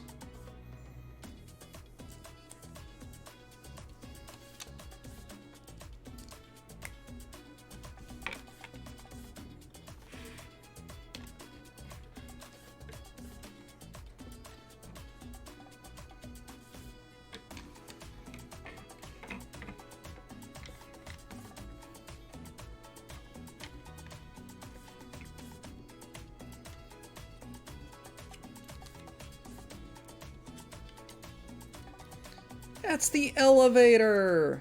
Oh, that's so cool. Look at the little elevator doors.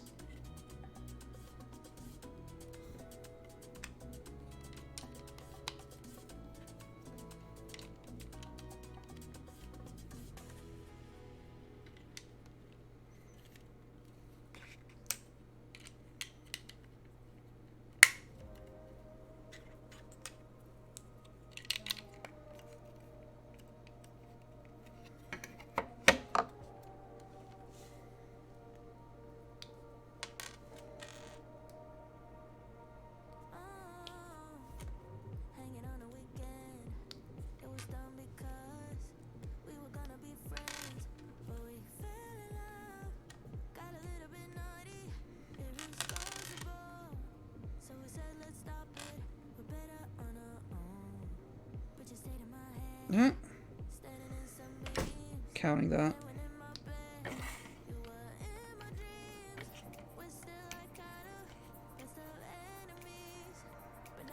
Ladies and gentlemen, we have ascended. I do believe this is as tall as the gantry is going to be. It is also like completely supported by like this, by like a connection right down here.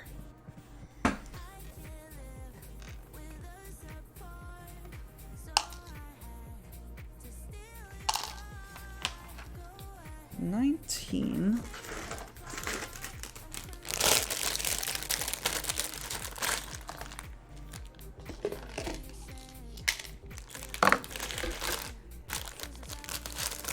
How long have we been going? Okay. Almost 2 hours.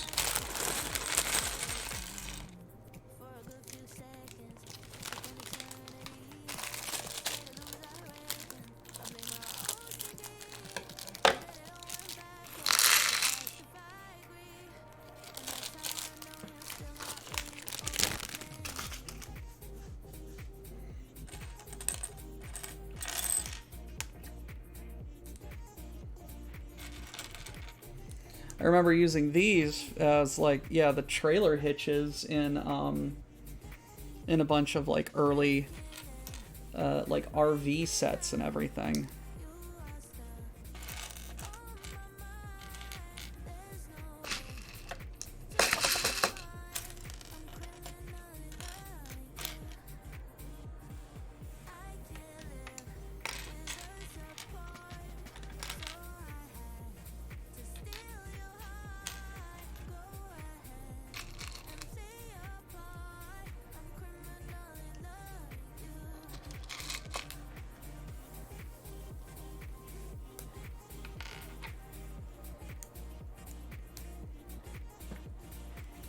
What are we going to do with you?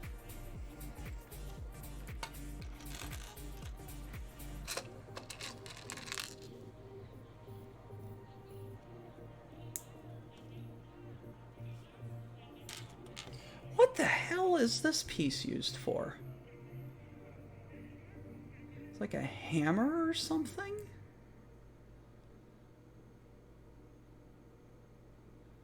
Railing or fence? Whoa!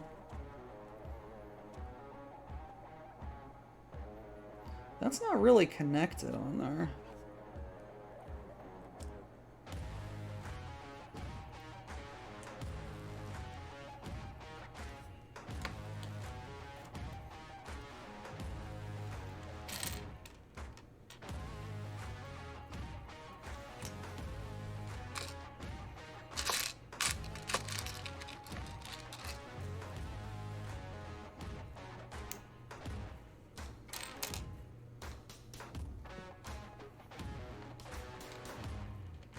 That is a very interesting way to do a hinge. And then I put this all the way through round plate.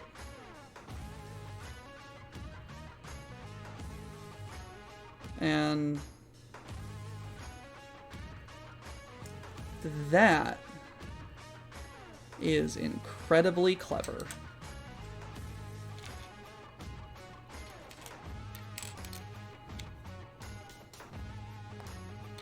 Seriously, like the absolute ingenuity on this set is wild.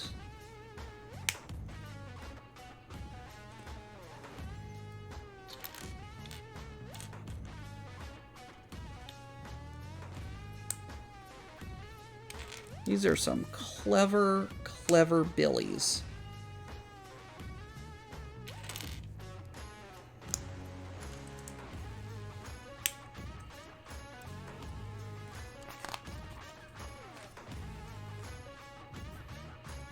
Flip. Let's get you. Where is the cheese slope? Cheese. And a weedle bitty handle nozzle. Doctor, do not ooh-woo the Lego.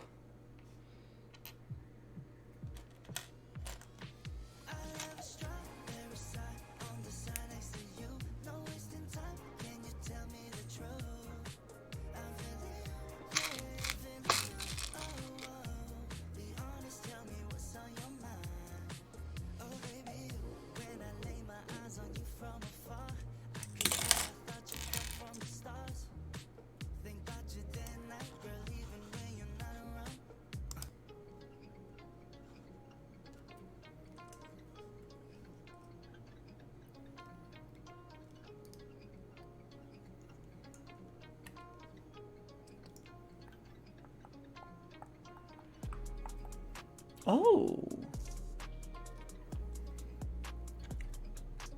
Not really seen one of these before. So that goes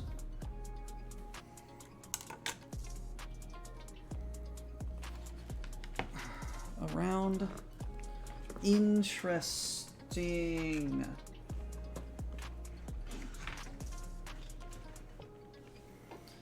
Interesting.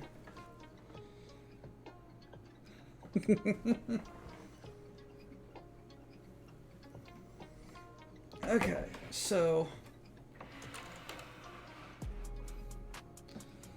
we've got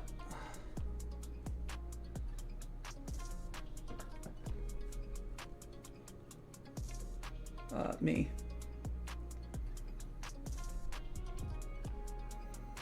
These little things right here. So these go in, not like that.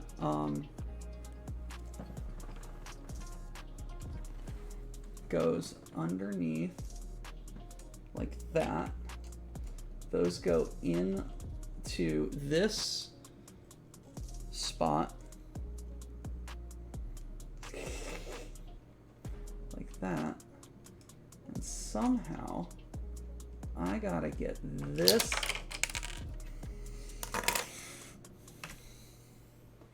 fucker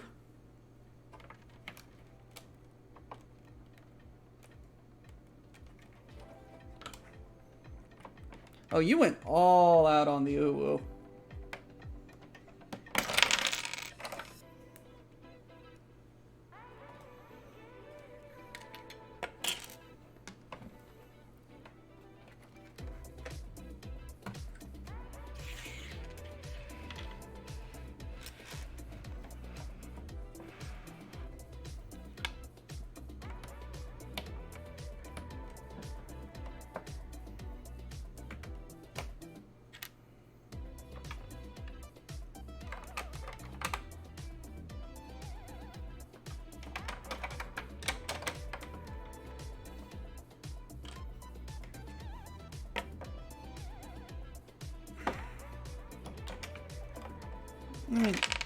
It still counts.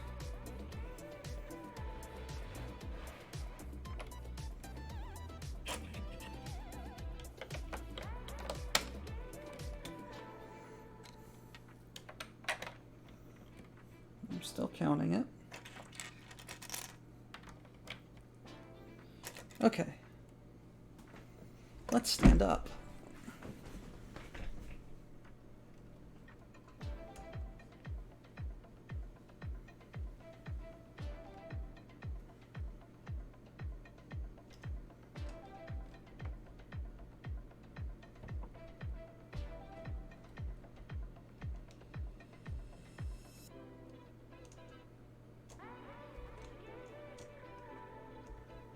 That seems like a very, very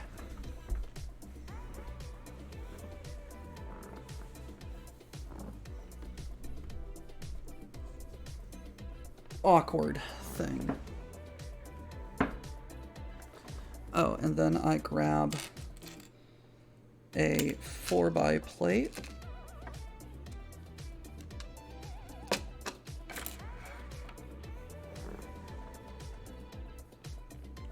No, it's a 3x.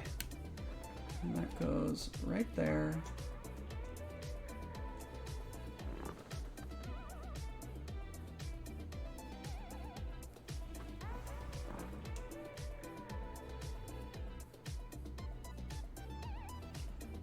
Interesting. That's a very good base. Okay. Now, I'm sorry you guys can't see the instructions, but it's going to be more interesting when I just do it on camera.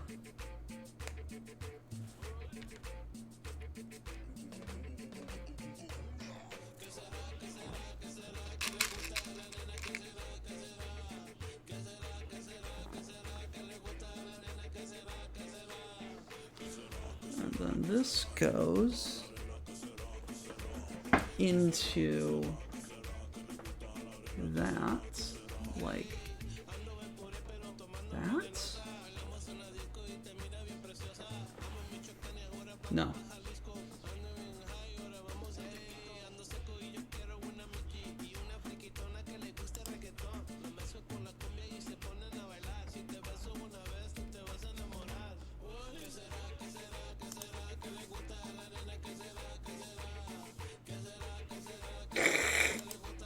Nice, Digi. Oh. No wonder.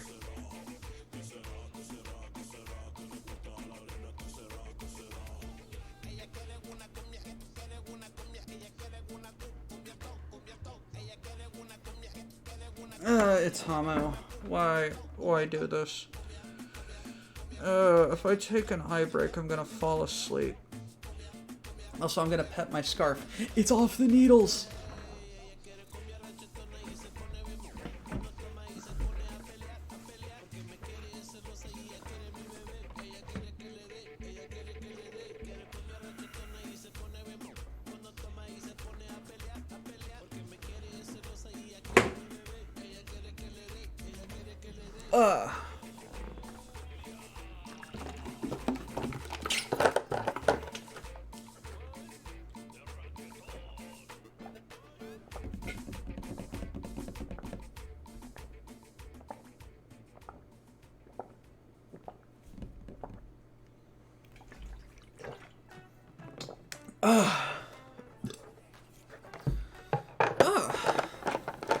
That is a good amount of water. I have... Okay, cool. There you go. Happy.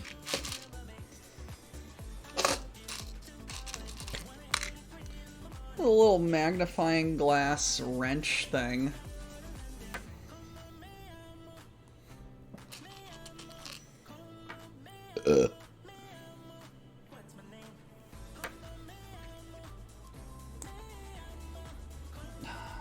More with...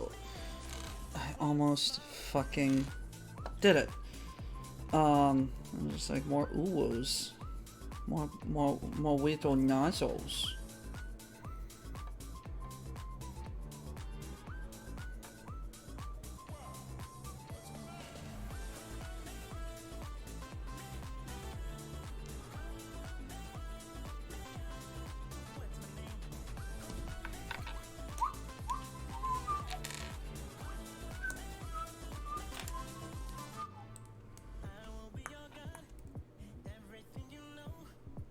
Come on.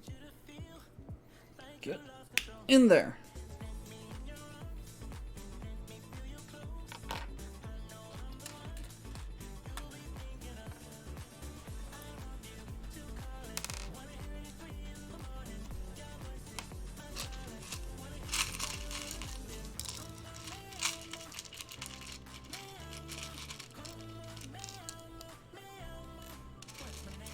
You know, when I'm done, I'm gonna have to go through that big old box of stuff and just find all the loose change of all the different Legos.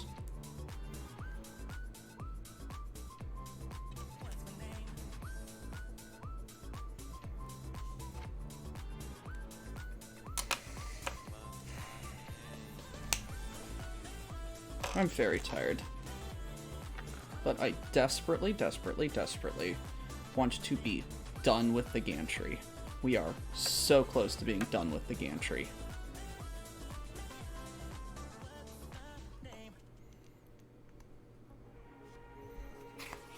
Where do you go? Interesting. You get a Whittle Technic pin that I didn't see in the instructions.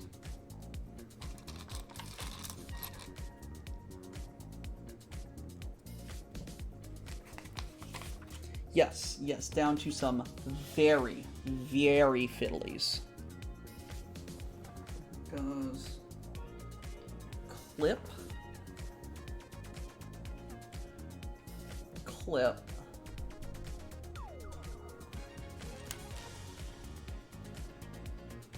It's a really good shot at the tattoo. I am really, really happy with Darkwood.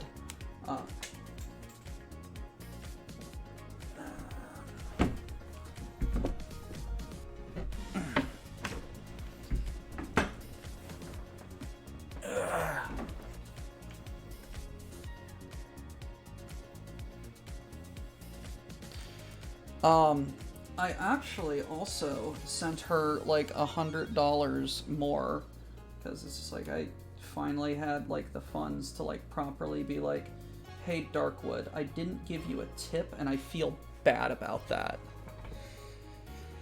So here's some more money. And then she said like, oh my god, like actually my computer is actually broken at the moment. So this legitimately just paid for some computer repair.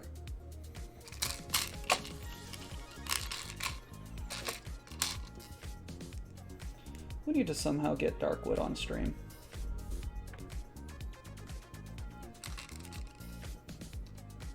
We need to get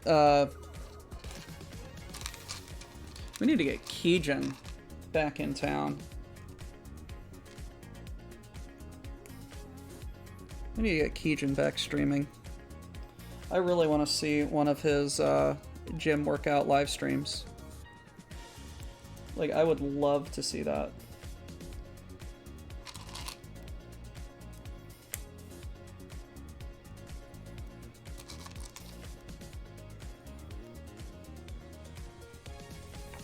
A yellow, orange lightsaber.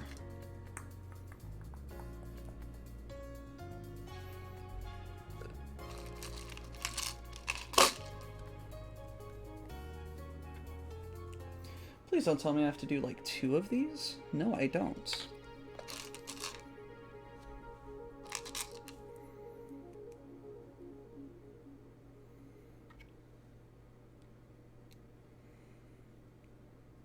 This is some wild creativity.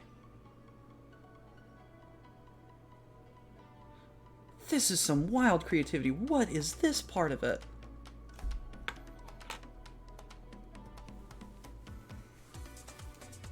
Well, lightsaber handle.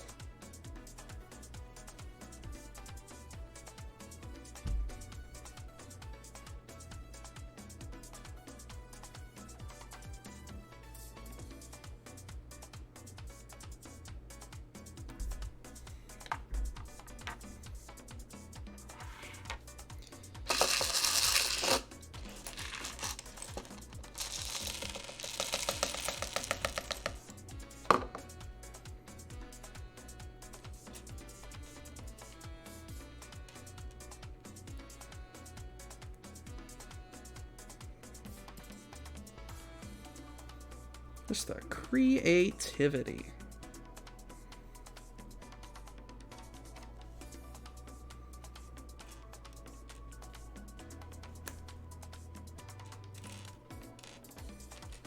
No, no.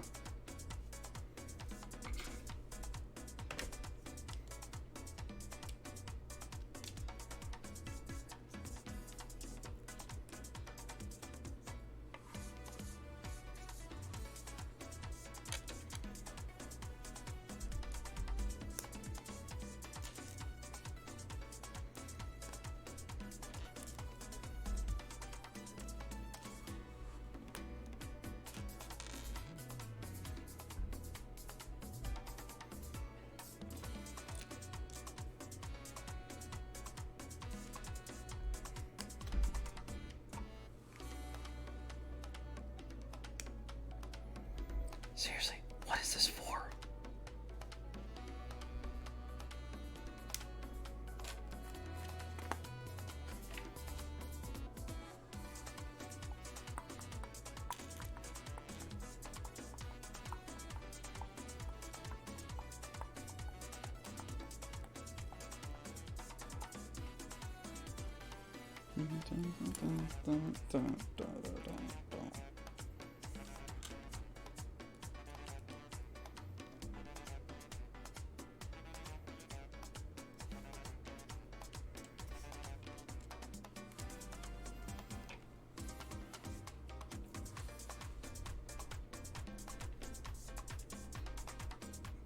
Okay.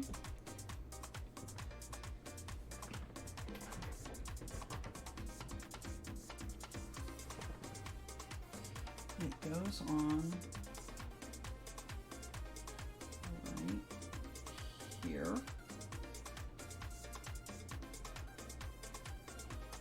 These little things go right there. And right there.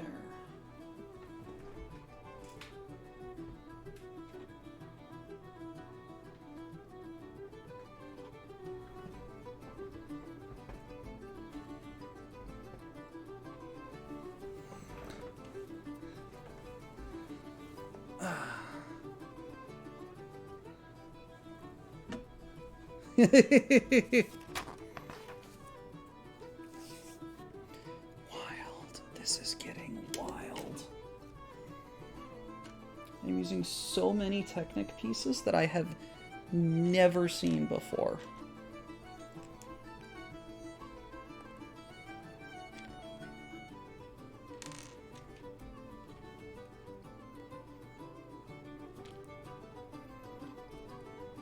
And a little extender.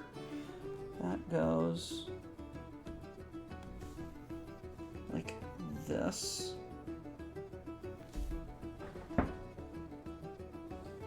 Right there. It goes right. Interesting.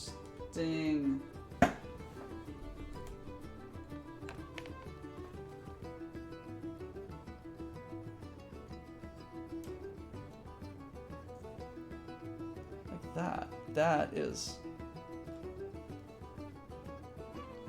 wild.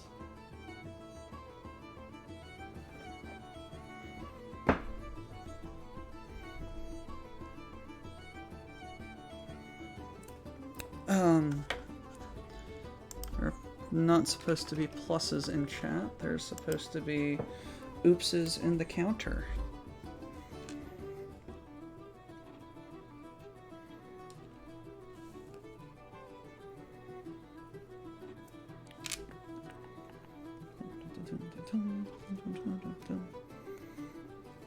I love the creativity of this set. Legitimately cannot wait to start constructing the rocket.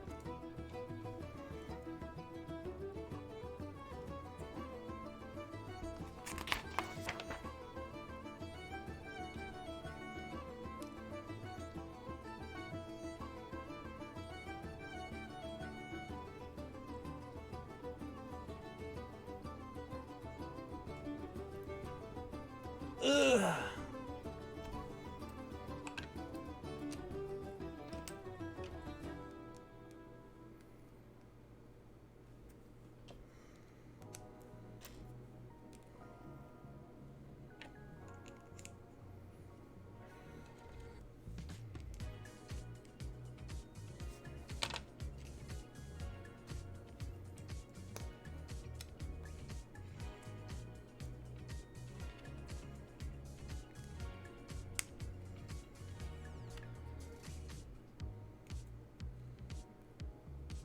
Oh, shush.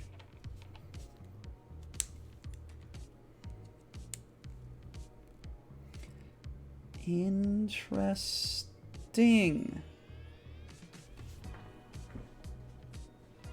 Interesting.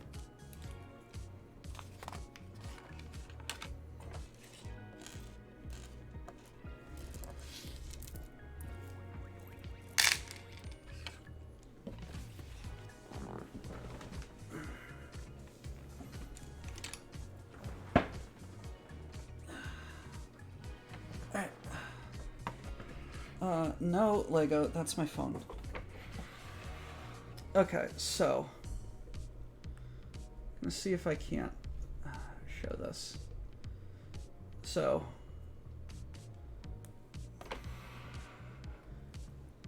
The piece I just constructed has to go, like, here and here. And what they want me to do is have these elephant tusks pointing up like this, and it's like, oh, how's it gonna connect? Well, like, I push the pins in.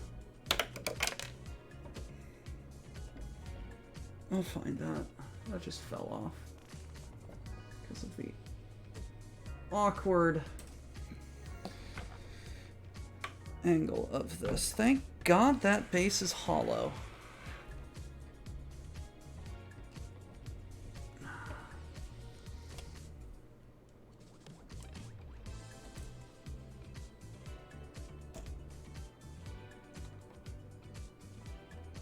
Oh. Oh, that's clever.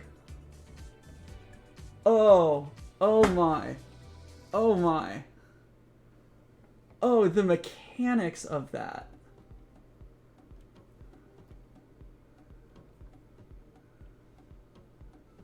Look at the mechanics of that.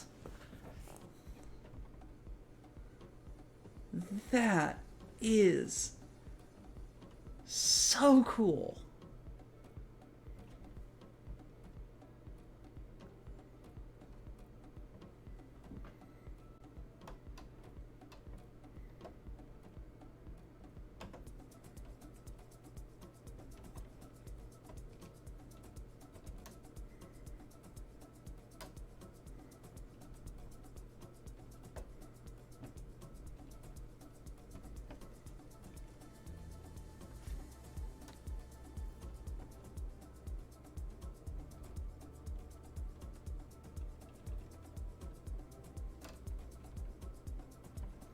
They didn't need to do this, but they did.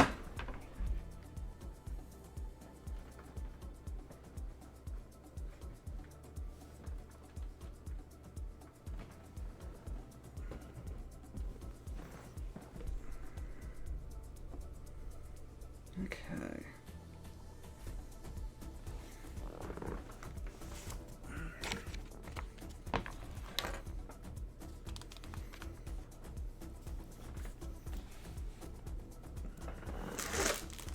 And we are now in bag 20. 21. And 22 is the start of the rocket.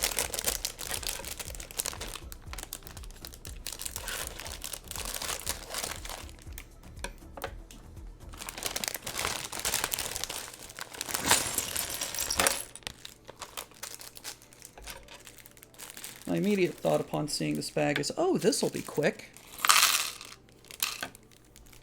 Watch us eat those words in 30 minutes.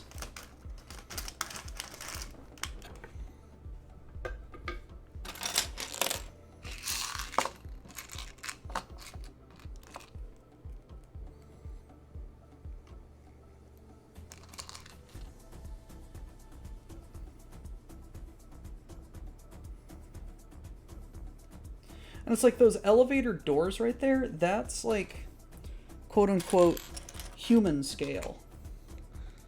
So, like like if that's human scale, this entire set is crazy big for human scale. Digi, good night. Thank you for joining us.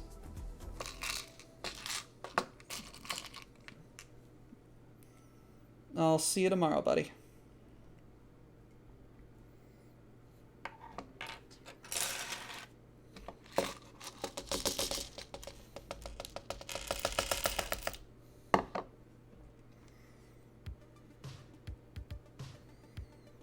Night Owl, I am almost out, I promise.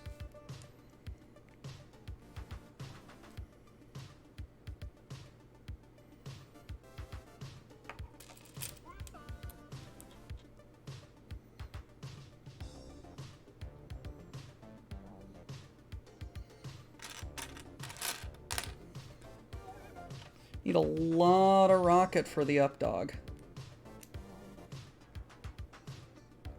Lot of rocket for the up dog.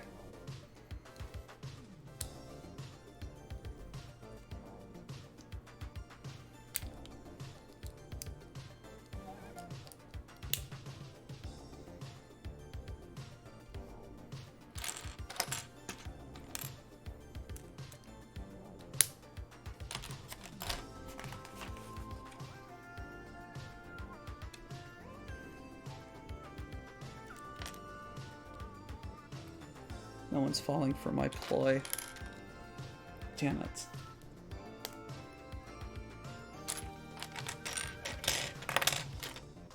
I still think these struts are cheating.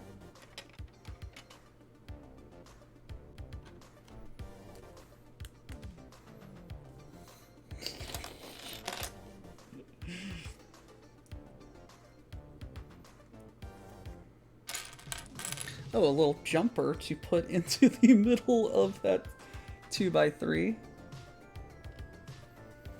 With a little slopey dope. A little bricky do.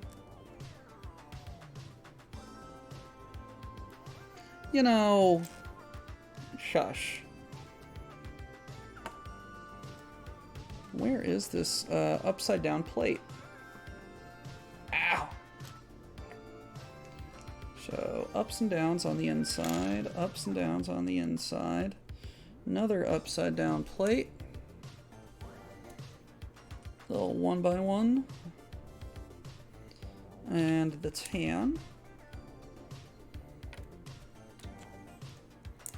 Boom. Biggity. More. Okay, I'm picking up what you're putting down.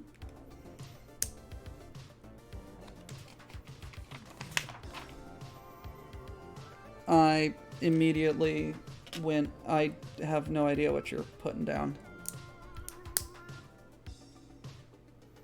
You have lost my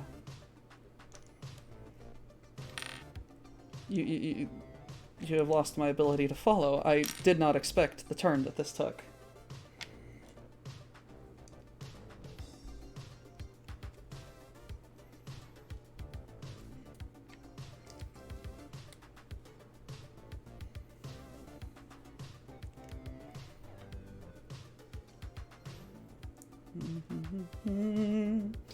Feels like I'm looking in a mirror.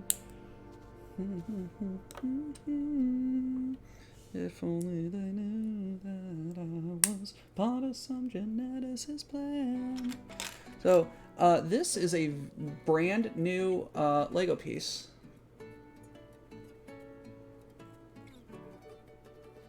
This little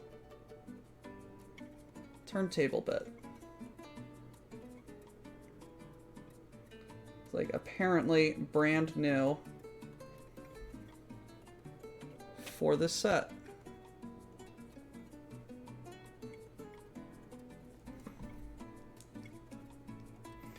That goes on right there. Goes right there, like that. A new 2x2 turntable element was used to make the hatch on the crew bridge.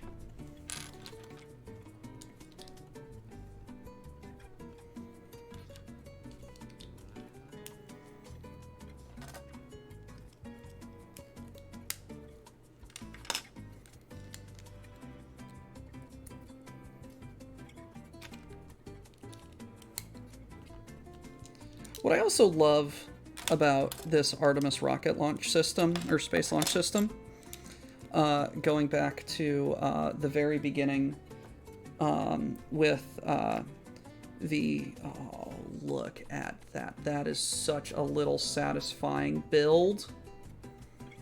With the Saturn V rocket. Like, Saturn V got us to the moon. This is bringing us back.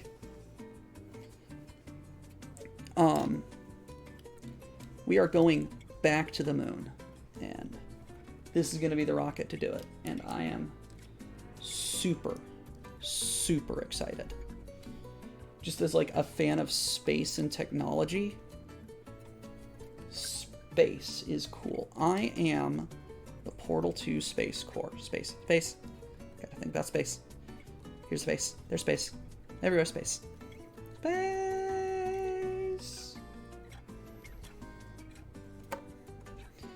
Alright, get this little jumper.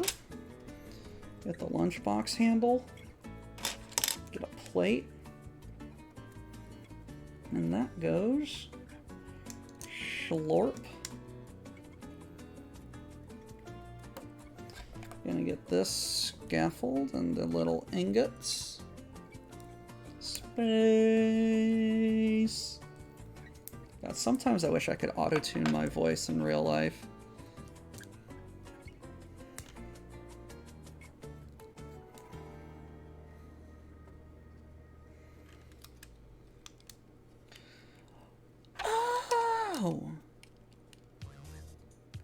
Oh, interesting.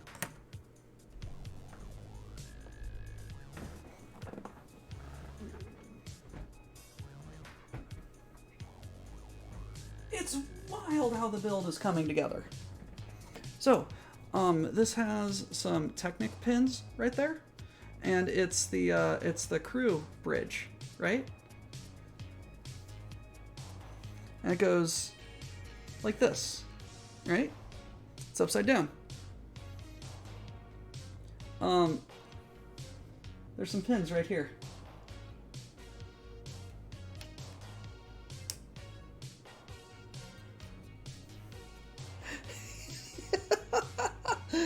Oh my god. And then it swings away. Oh my god. Oh my god. Oh my god, this is such a cool set. And you need to get down. Do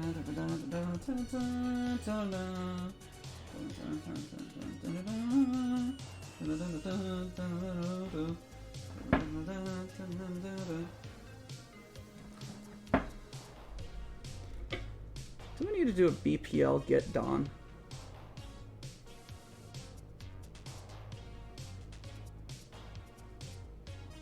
That's some old magic right there. That's some... do not quote the old magic to me, which I was there when it was written.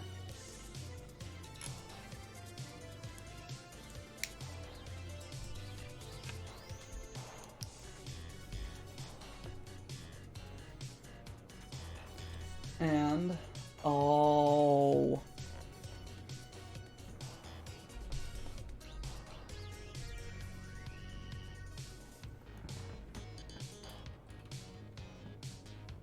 that's what those are for.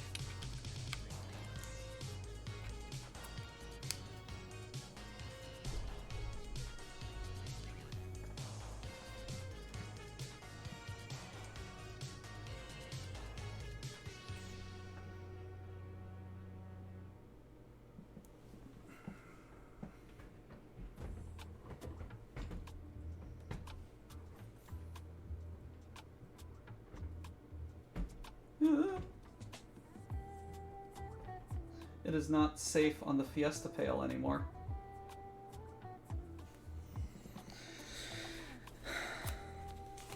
How many steps is this bag?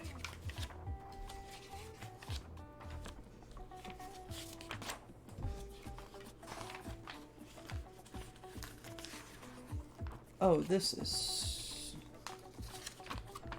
super fiddly.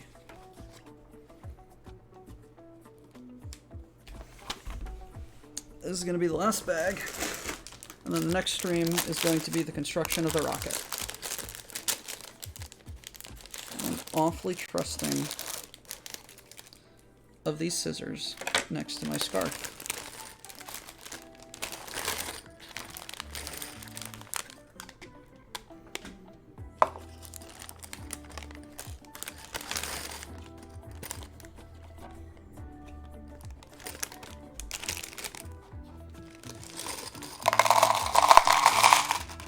I know that that was going to become a quote. Is it because it mentioned the Fiesta pail? Probably. And something ever being safe in its proximity.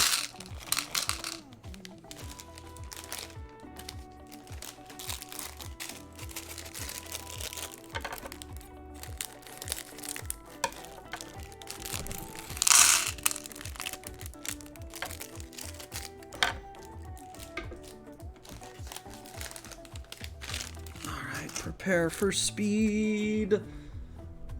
Construction of probably the most fiddly thing I've ever had to do. You know, besides like playing the fiddle, and I can't do that.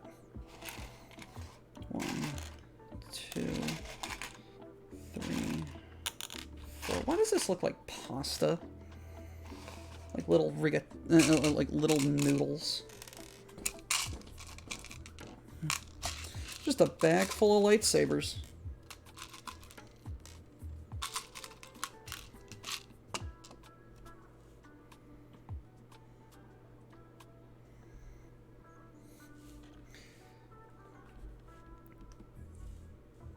You know, and usually I'm not one for telling you to add more context to a quote, Night Owl. But it's just like in this case, like I feel like the addition of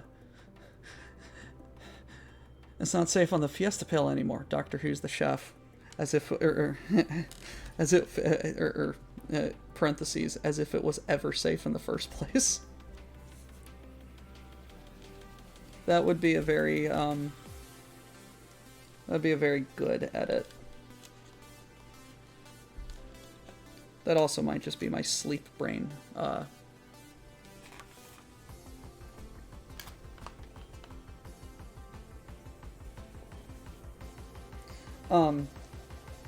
Something.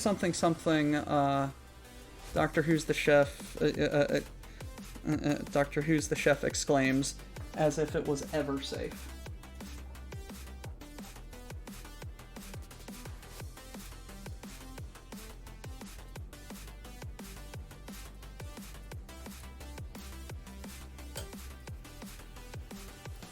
Fun.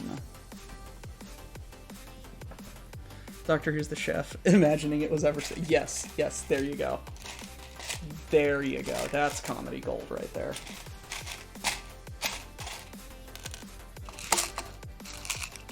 Now imagine I would have just dropped this entire bucket of lightsabers on the ground. My AC vent is right over there. I would have never seen them again. And I would have been a very sad boy.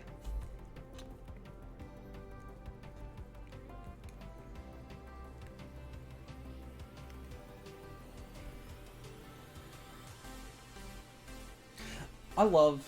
when I was at the engineering college, one of the clubs that I was in was the improv club.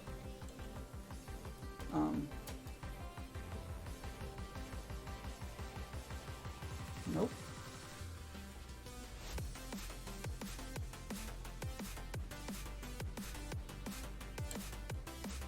I was in the improv club in college, also. Oops. No. There we go. Well, renter, but one of the favorite things I ever did was not in a show that we did, but was actually in one of the practices. It's like we met like twice a week on like Monday or Tuesday and Friday, and basically just played Whose Line Is It Anyway. It was a lot of fun, and I had so much fun, and it was probably the best memory, Legos, lightsabers, I have of going to that school. We were doing a game called Elimination, where it starts with 4 people, and someone gets eliminated every round, and then the other 3 people, or the remaining people, have to do the scene with filling in that part, but like still do the scene as best they can. And I was in this game, obviously, and one of the prompt we got from the players, or from the members sitting out of the game, was the prompt we threw out was name something that you would be proud to tell your parents. And us being college, we're just like, oh, getting an A. And so we all think for a second, and me being the absolute bastard that I am, before anyone could say anything, like, it cracks me up still thinking about it. Before anyone could do anything, the guy I was stood next to started saying something, but then he's just like, hey, and I'm just like, hey, how do you like this red A I got?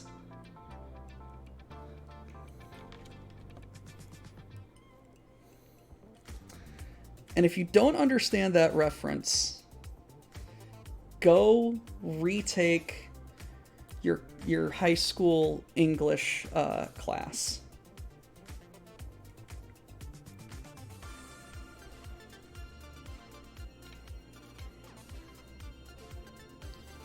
Or middle school literature, high school literature, whatever.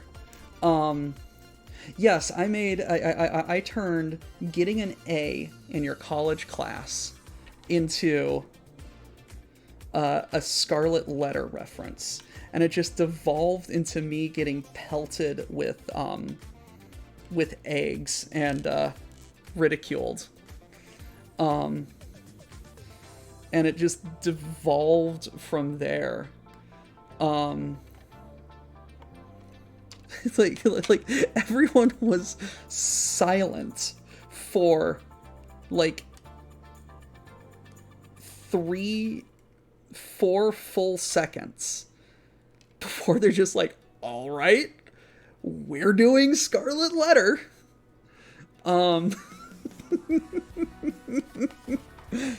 And I do not regret a bit out of it.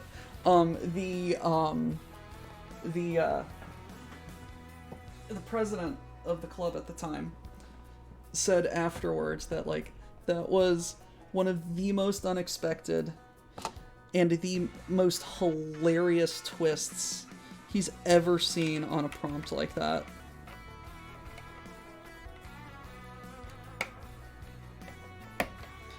It's like the guy at the end was just throwing eggs at himself. It was a good time. Hey, Kai.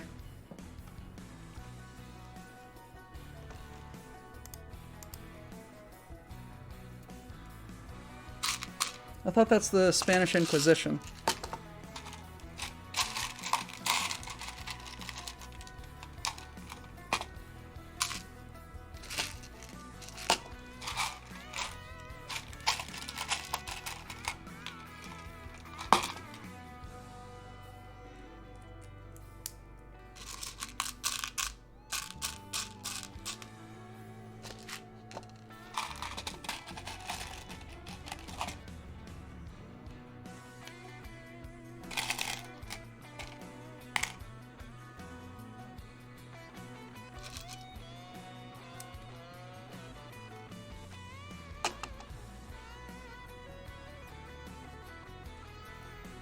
I'm not gonna spin this right round, baby, right round like a record, baby.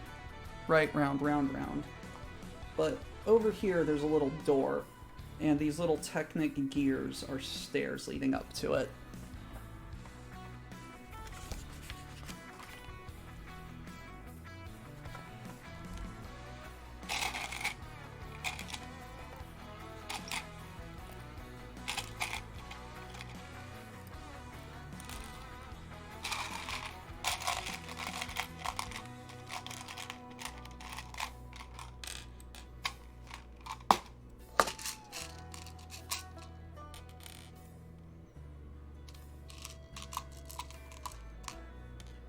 This reminds me of the theme song to Hitchhiker's Guide to the Galaxy.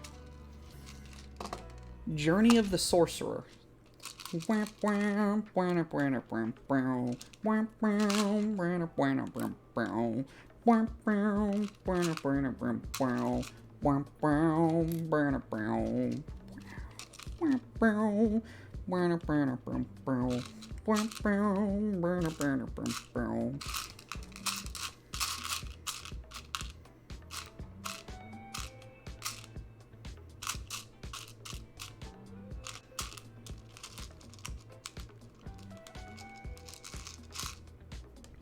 Have I ever told you about my introduction and fascination with Douglas Adams? How I was introduced to the Hitchhiker's Guide to the Galaxy?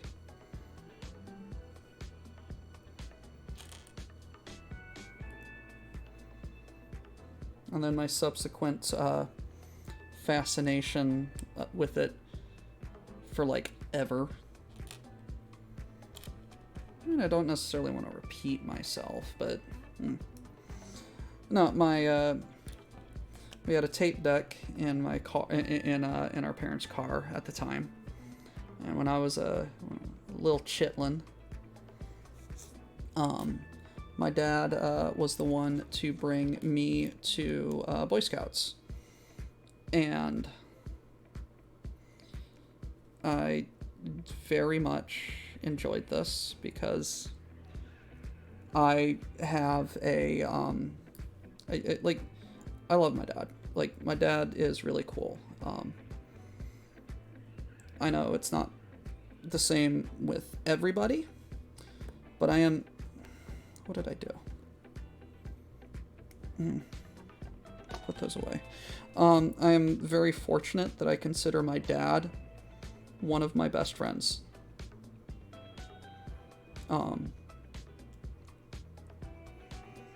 I get most of my sense of humor and most of my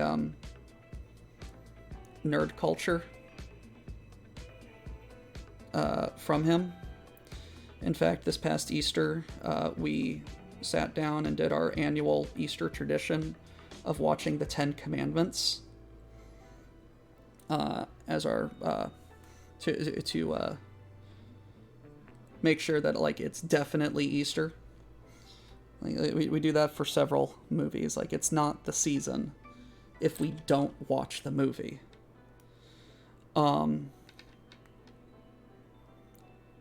ask me why we decided it was the 10 Commandments, but it's the 10 Commandments. Anyway, just having special time with my dad.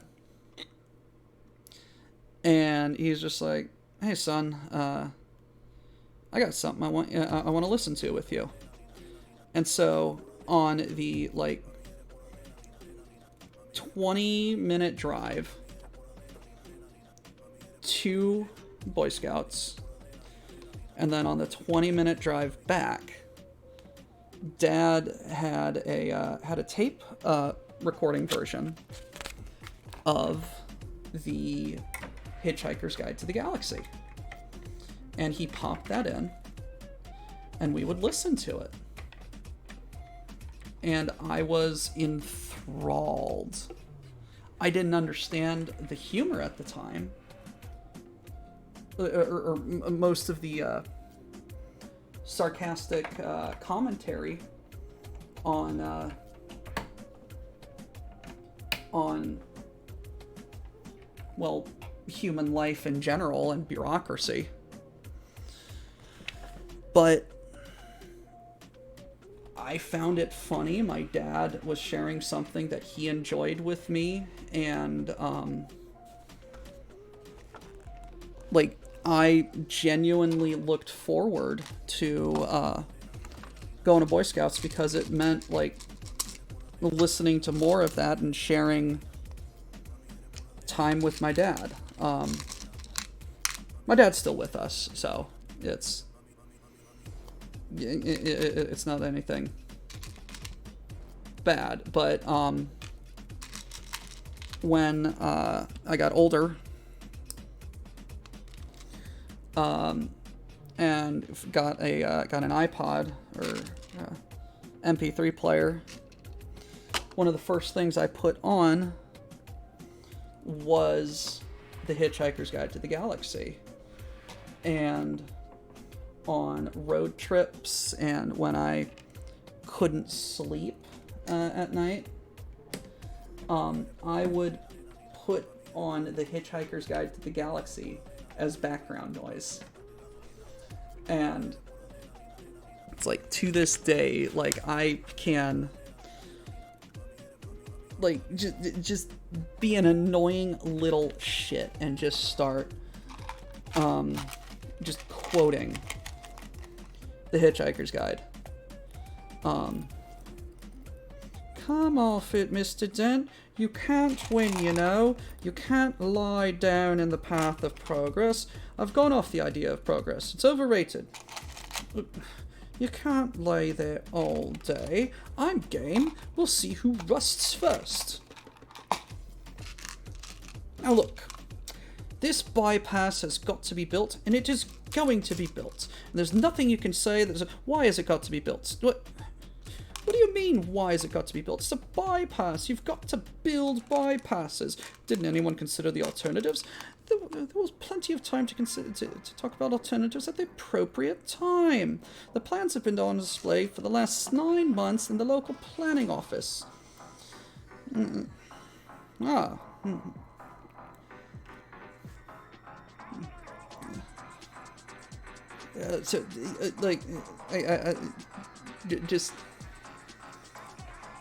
I can be. I honestly can't remember any more of that, but it's just way too much. Annoys even me sometimes. Why am I running? Logically, only to be able to pursue my alleged persecution of Agrajag on Jav Romula Beta. If I know this, why am I still running for my life? And why, lying in front of me, is a small navy blue holdover that I know for a fact I lost in the baggage retrieval at System of Athens Airport. Whoa, I'm falling. Upwards? I'm flying!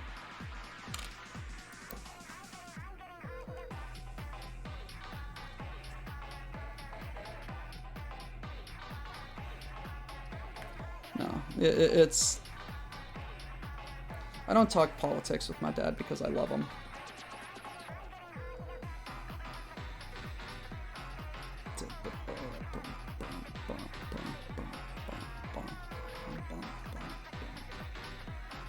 But that's neither here nor there. This is me just saying things into the ether to...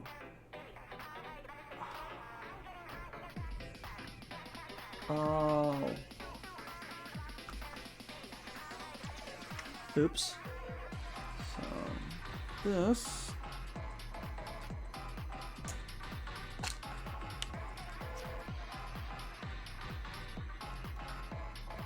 There's a knack, or there's an art, or rather, a knack to flying. The knack lies in the willingness to throw yourself at the ground,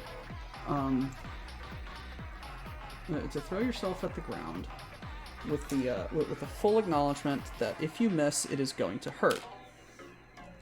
And then, at the last moment, getting distracted and missing the ground. Now, it can't be... no, you can't do it on purpose. You have to be distracted accidentally. If you ever acknowledge the fact that you are that you are flying, the law of gravity is going to glance sharply in your direction and wonder what the hell it is you're doing up there.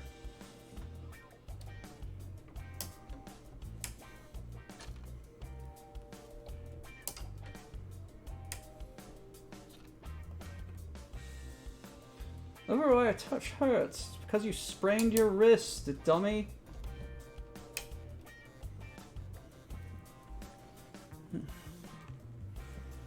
Oh, I feel almost as upset as the runner-up for a Rory. A Rory? It's a trophy for the most gratuitous use of the words in a serious screenplay. Very prestigious.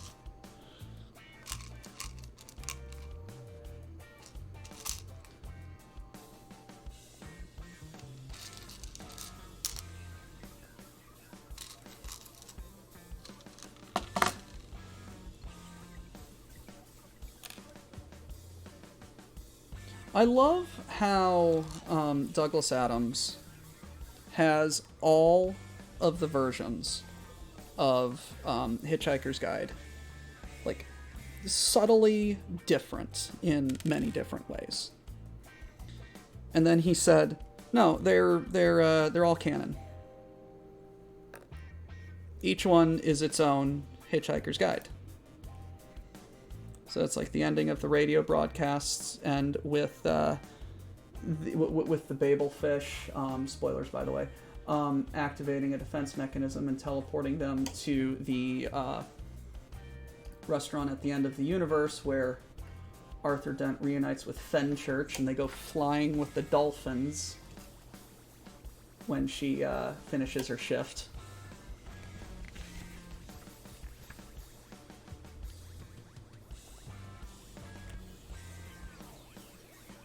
Oh, Belgium, man. Belgium.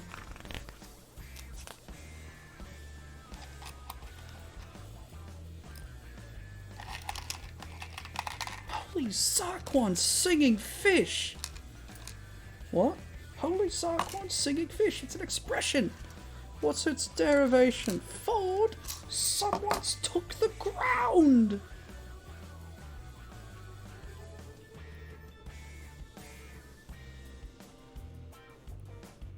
Ah, life. Don't talk to me about life. Here I am, brain the size of a planet. Oh, fetch the visitors, Marvin. Open the door, Marvin. Here's another one of those self-satisfied doors. I can tell it's about to open by the insufferable air of smugness it suddenly generates. I need to pee again.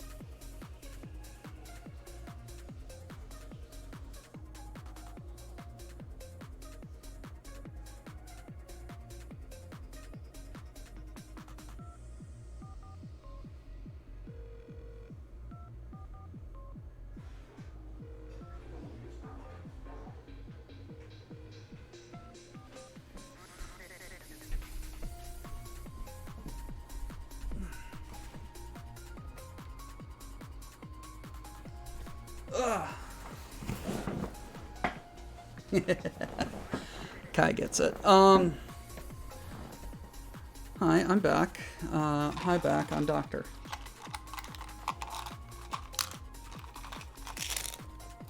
Burp.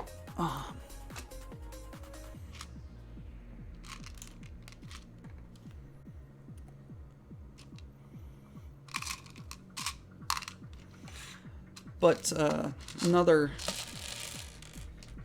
little Boy Scout story, if you'll allow my ramblings, and you will, because I'm the one with the microphone. And that's an everybody problem. Or so says Squick.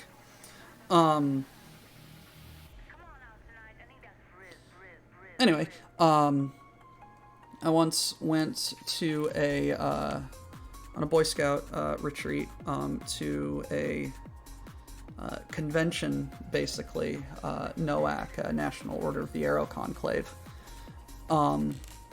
And one of the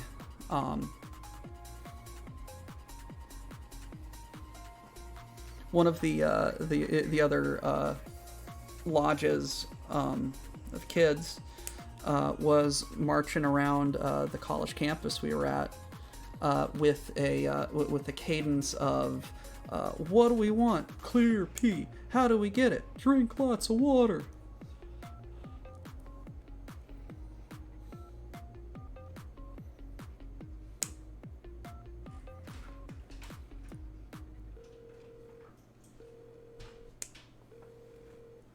Hello. Yes, I'm still up.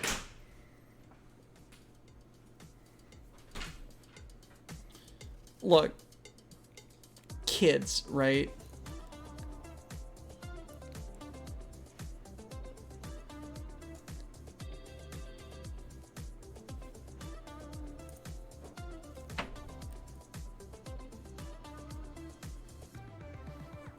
I traded patches with the lodge from Okinawa. So I have Okinawa Boy Scout patches in my collection, and they're like super cool. And Puerto Rico. Puerto Rico is actually part of the New Jersey lodge for a really, really interesting reason. It has the cheapest flights. Apparently the cheapest flights from Puerto Rico to mainland USA is in New Jersey.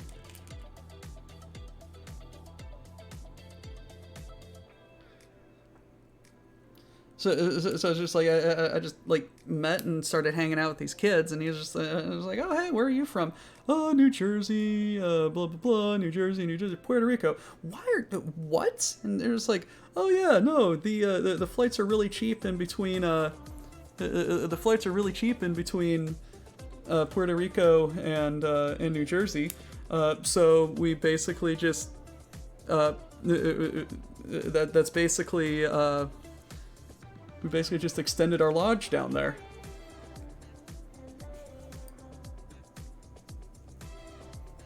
No. Nope. Like, it makes sense.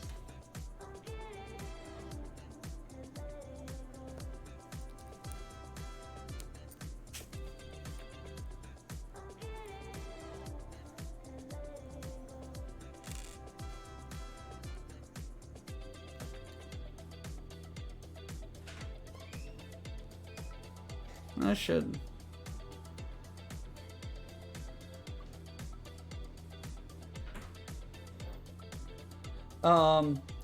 Dash, not underscore there, Night Owl.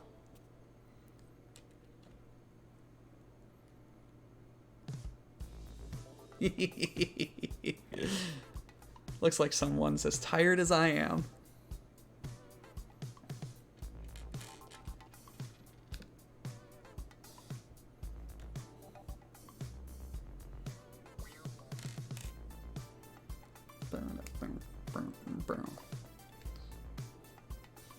Oh, why didn't you tell me that I was being a little dingbat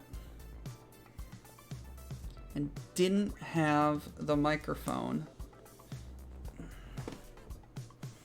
the camera here? Kai, I want to finish the gantry.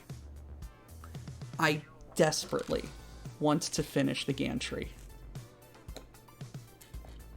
This is bag 21 out of 28.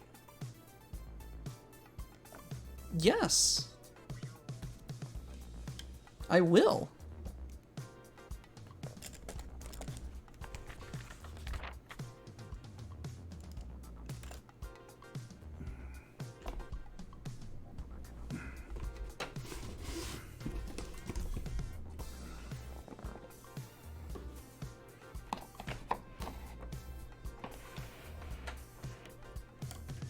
Hey, camera. Stop that.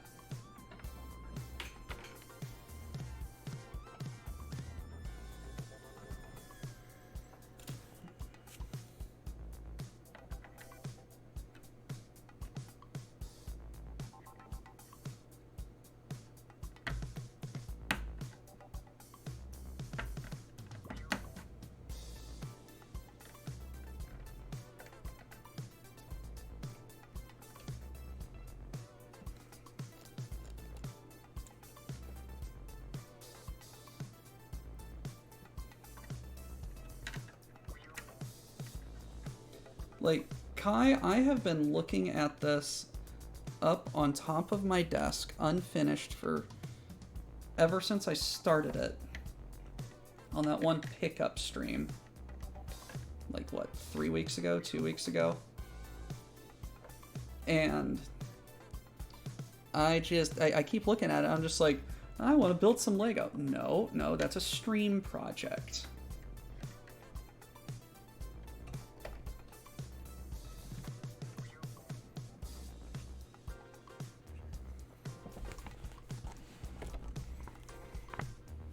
Okay, get this jumper, get this telescope.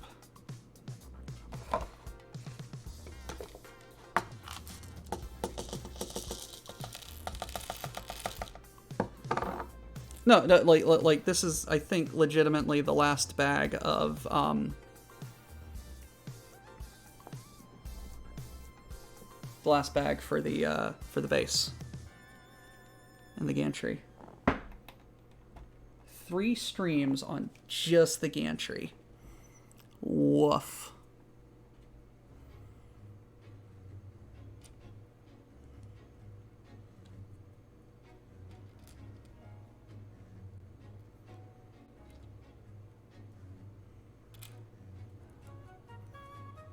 Also, I'm an adult. I can make decisions. And my decision was I am going to forego sleep and hang out with the Chuckle Fucks in chat and finish the gantry.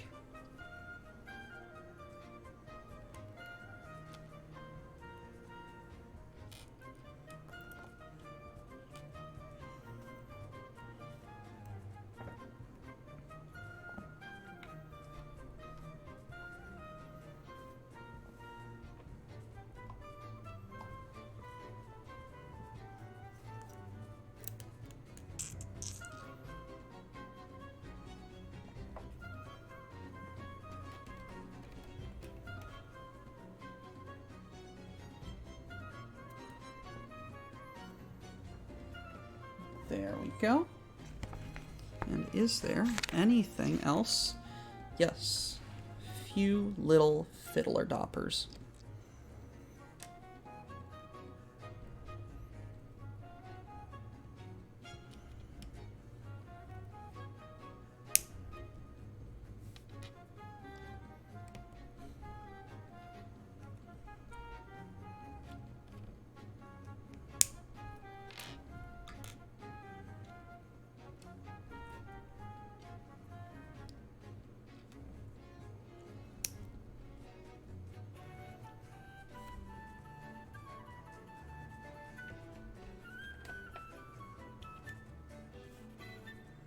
Oh, we're back on Hoodwink. Interesting.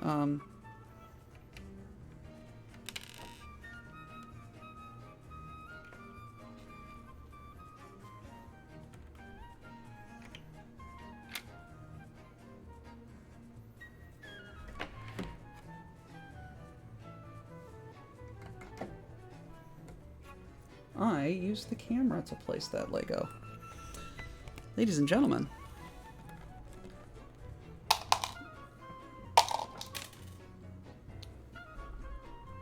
She has been constructed.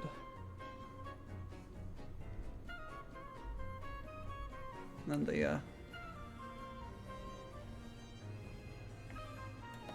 it articulates really well.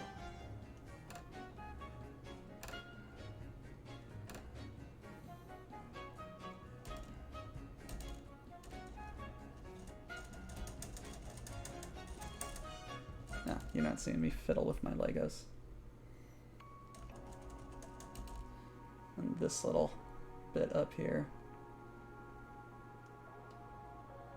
Now,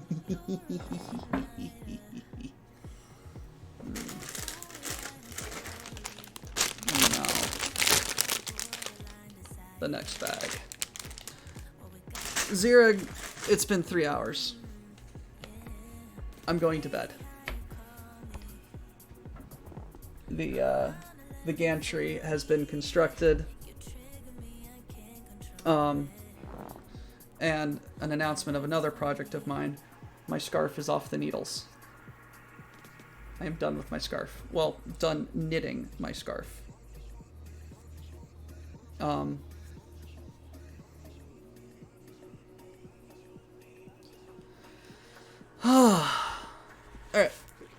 I am going to turn in for the night, so thank you, everybody, for showing up and hanging out. And remember to be good to yourselves. Be good to be good to people. Have a lot of fun. I'm going to go pass out, and then in the morning we're making biscuits and gravy. Biscuits and gravy, and making Squick mad about it. Good night, everybody. And remember, if I can find it, I need to figure out how to do a hotkey for that. To hail Cargonia. Hold on. Land of stolen things, obey the quartermaster, unless he's a ling. Miners don't die today. Cargo text push freight. Our enemies in disarray. All hail Cargonia.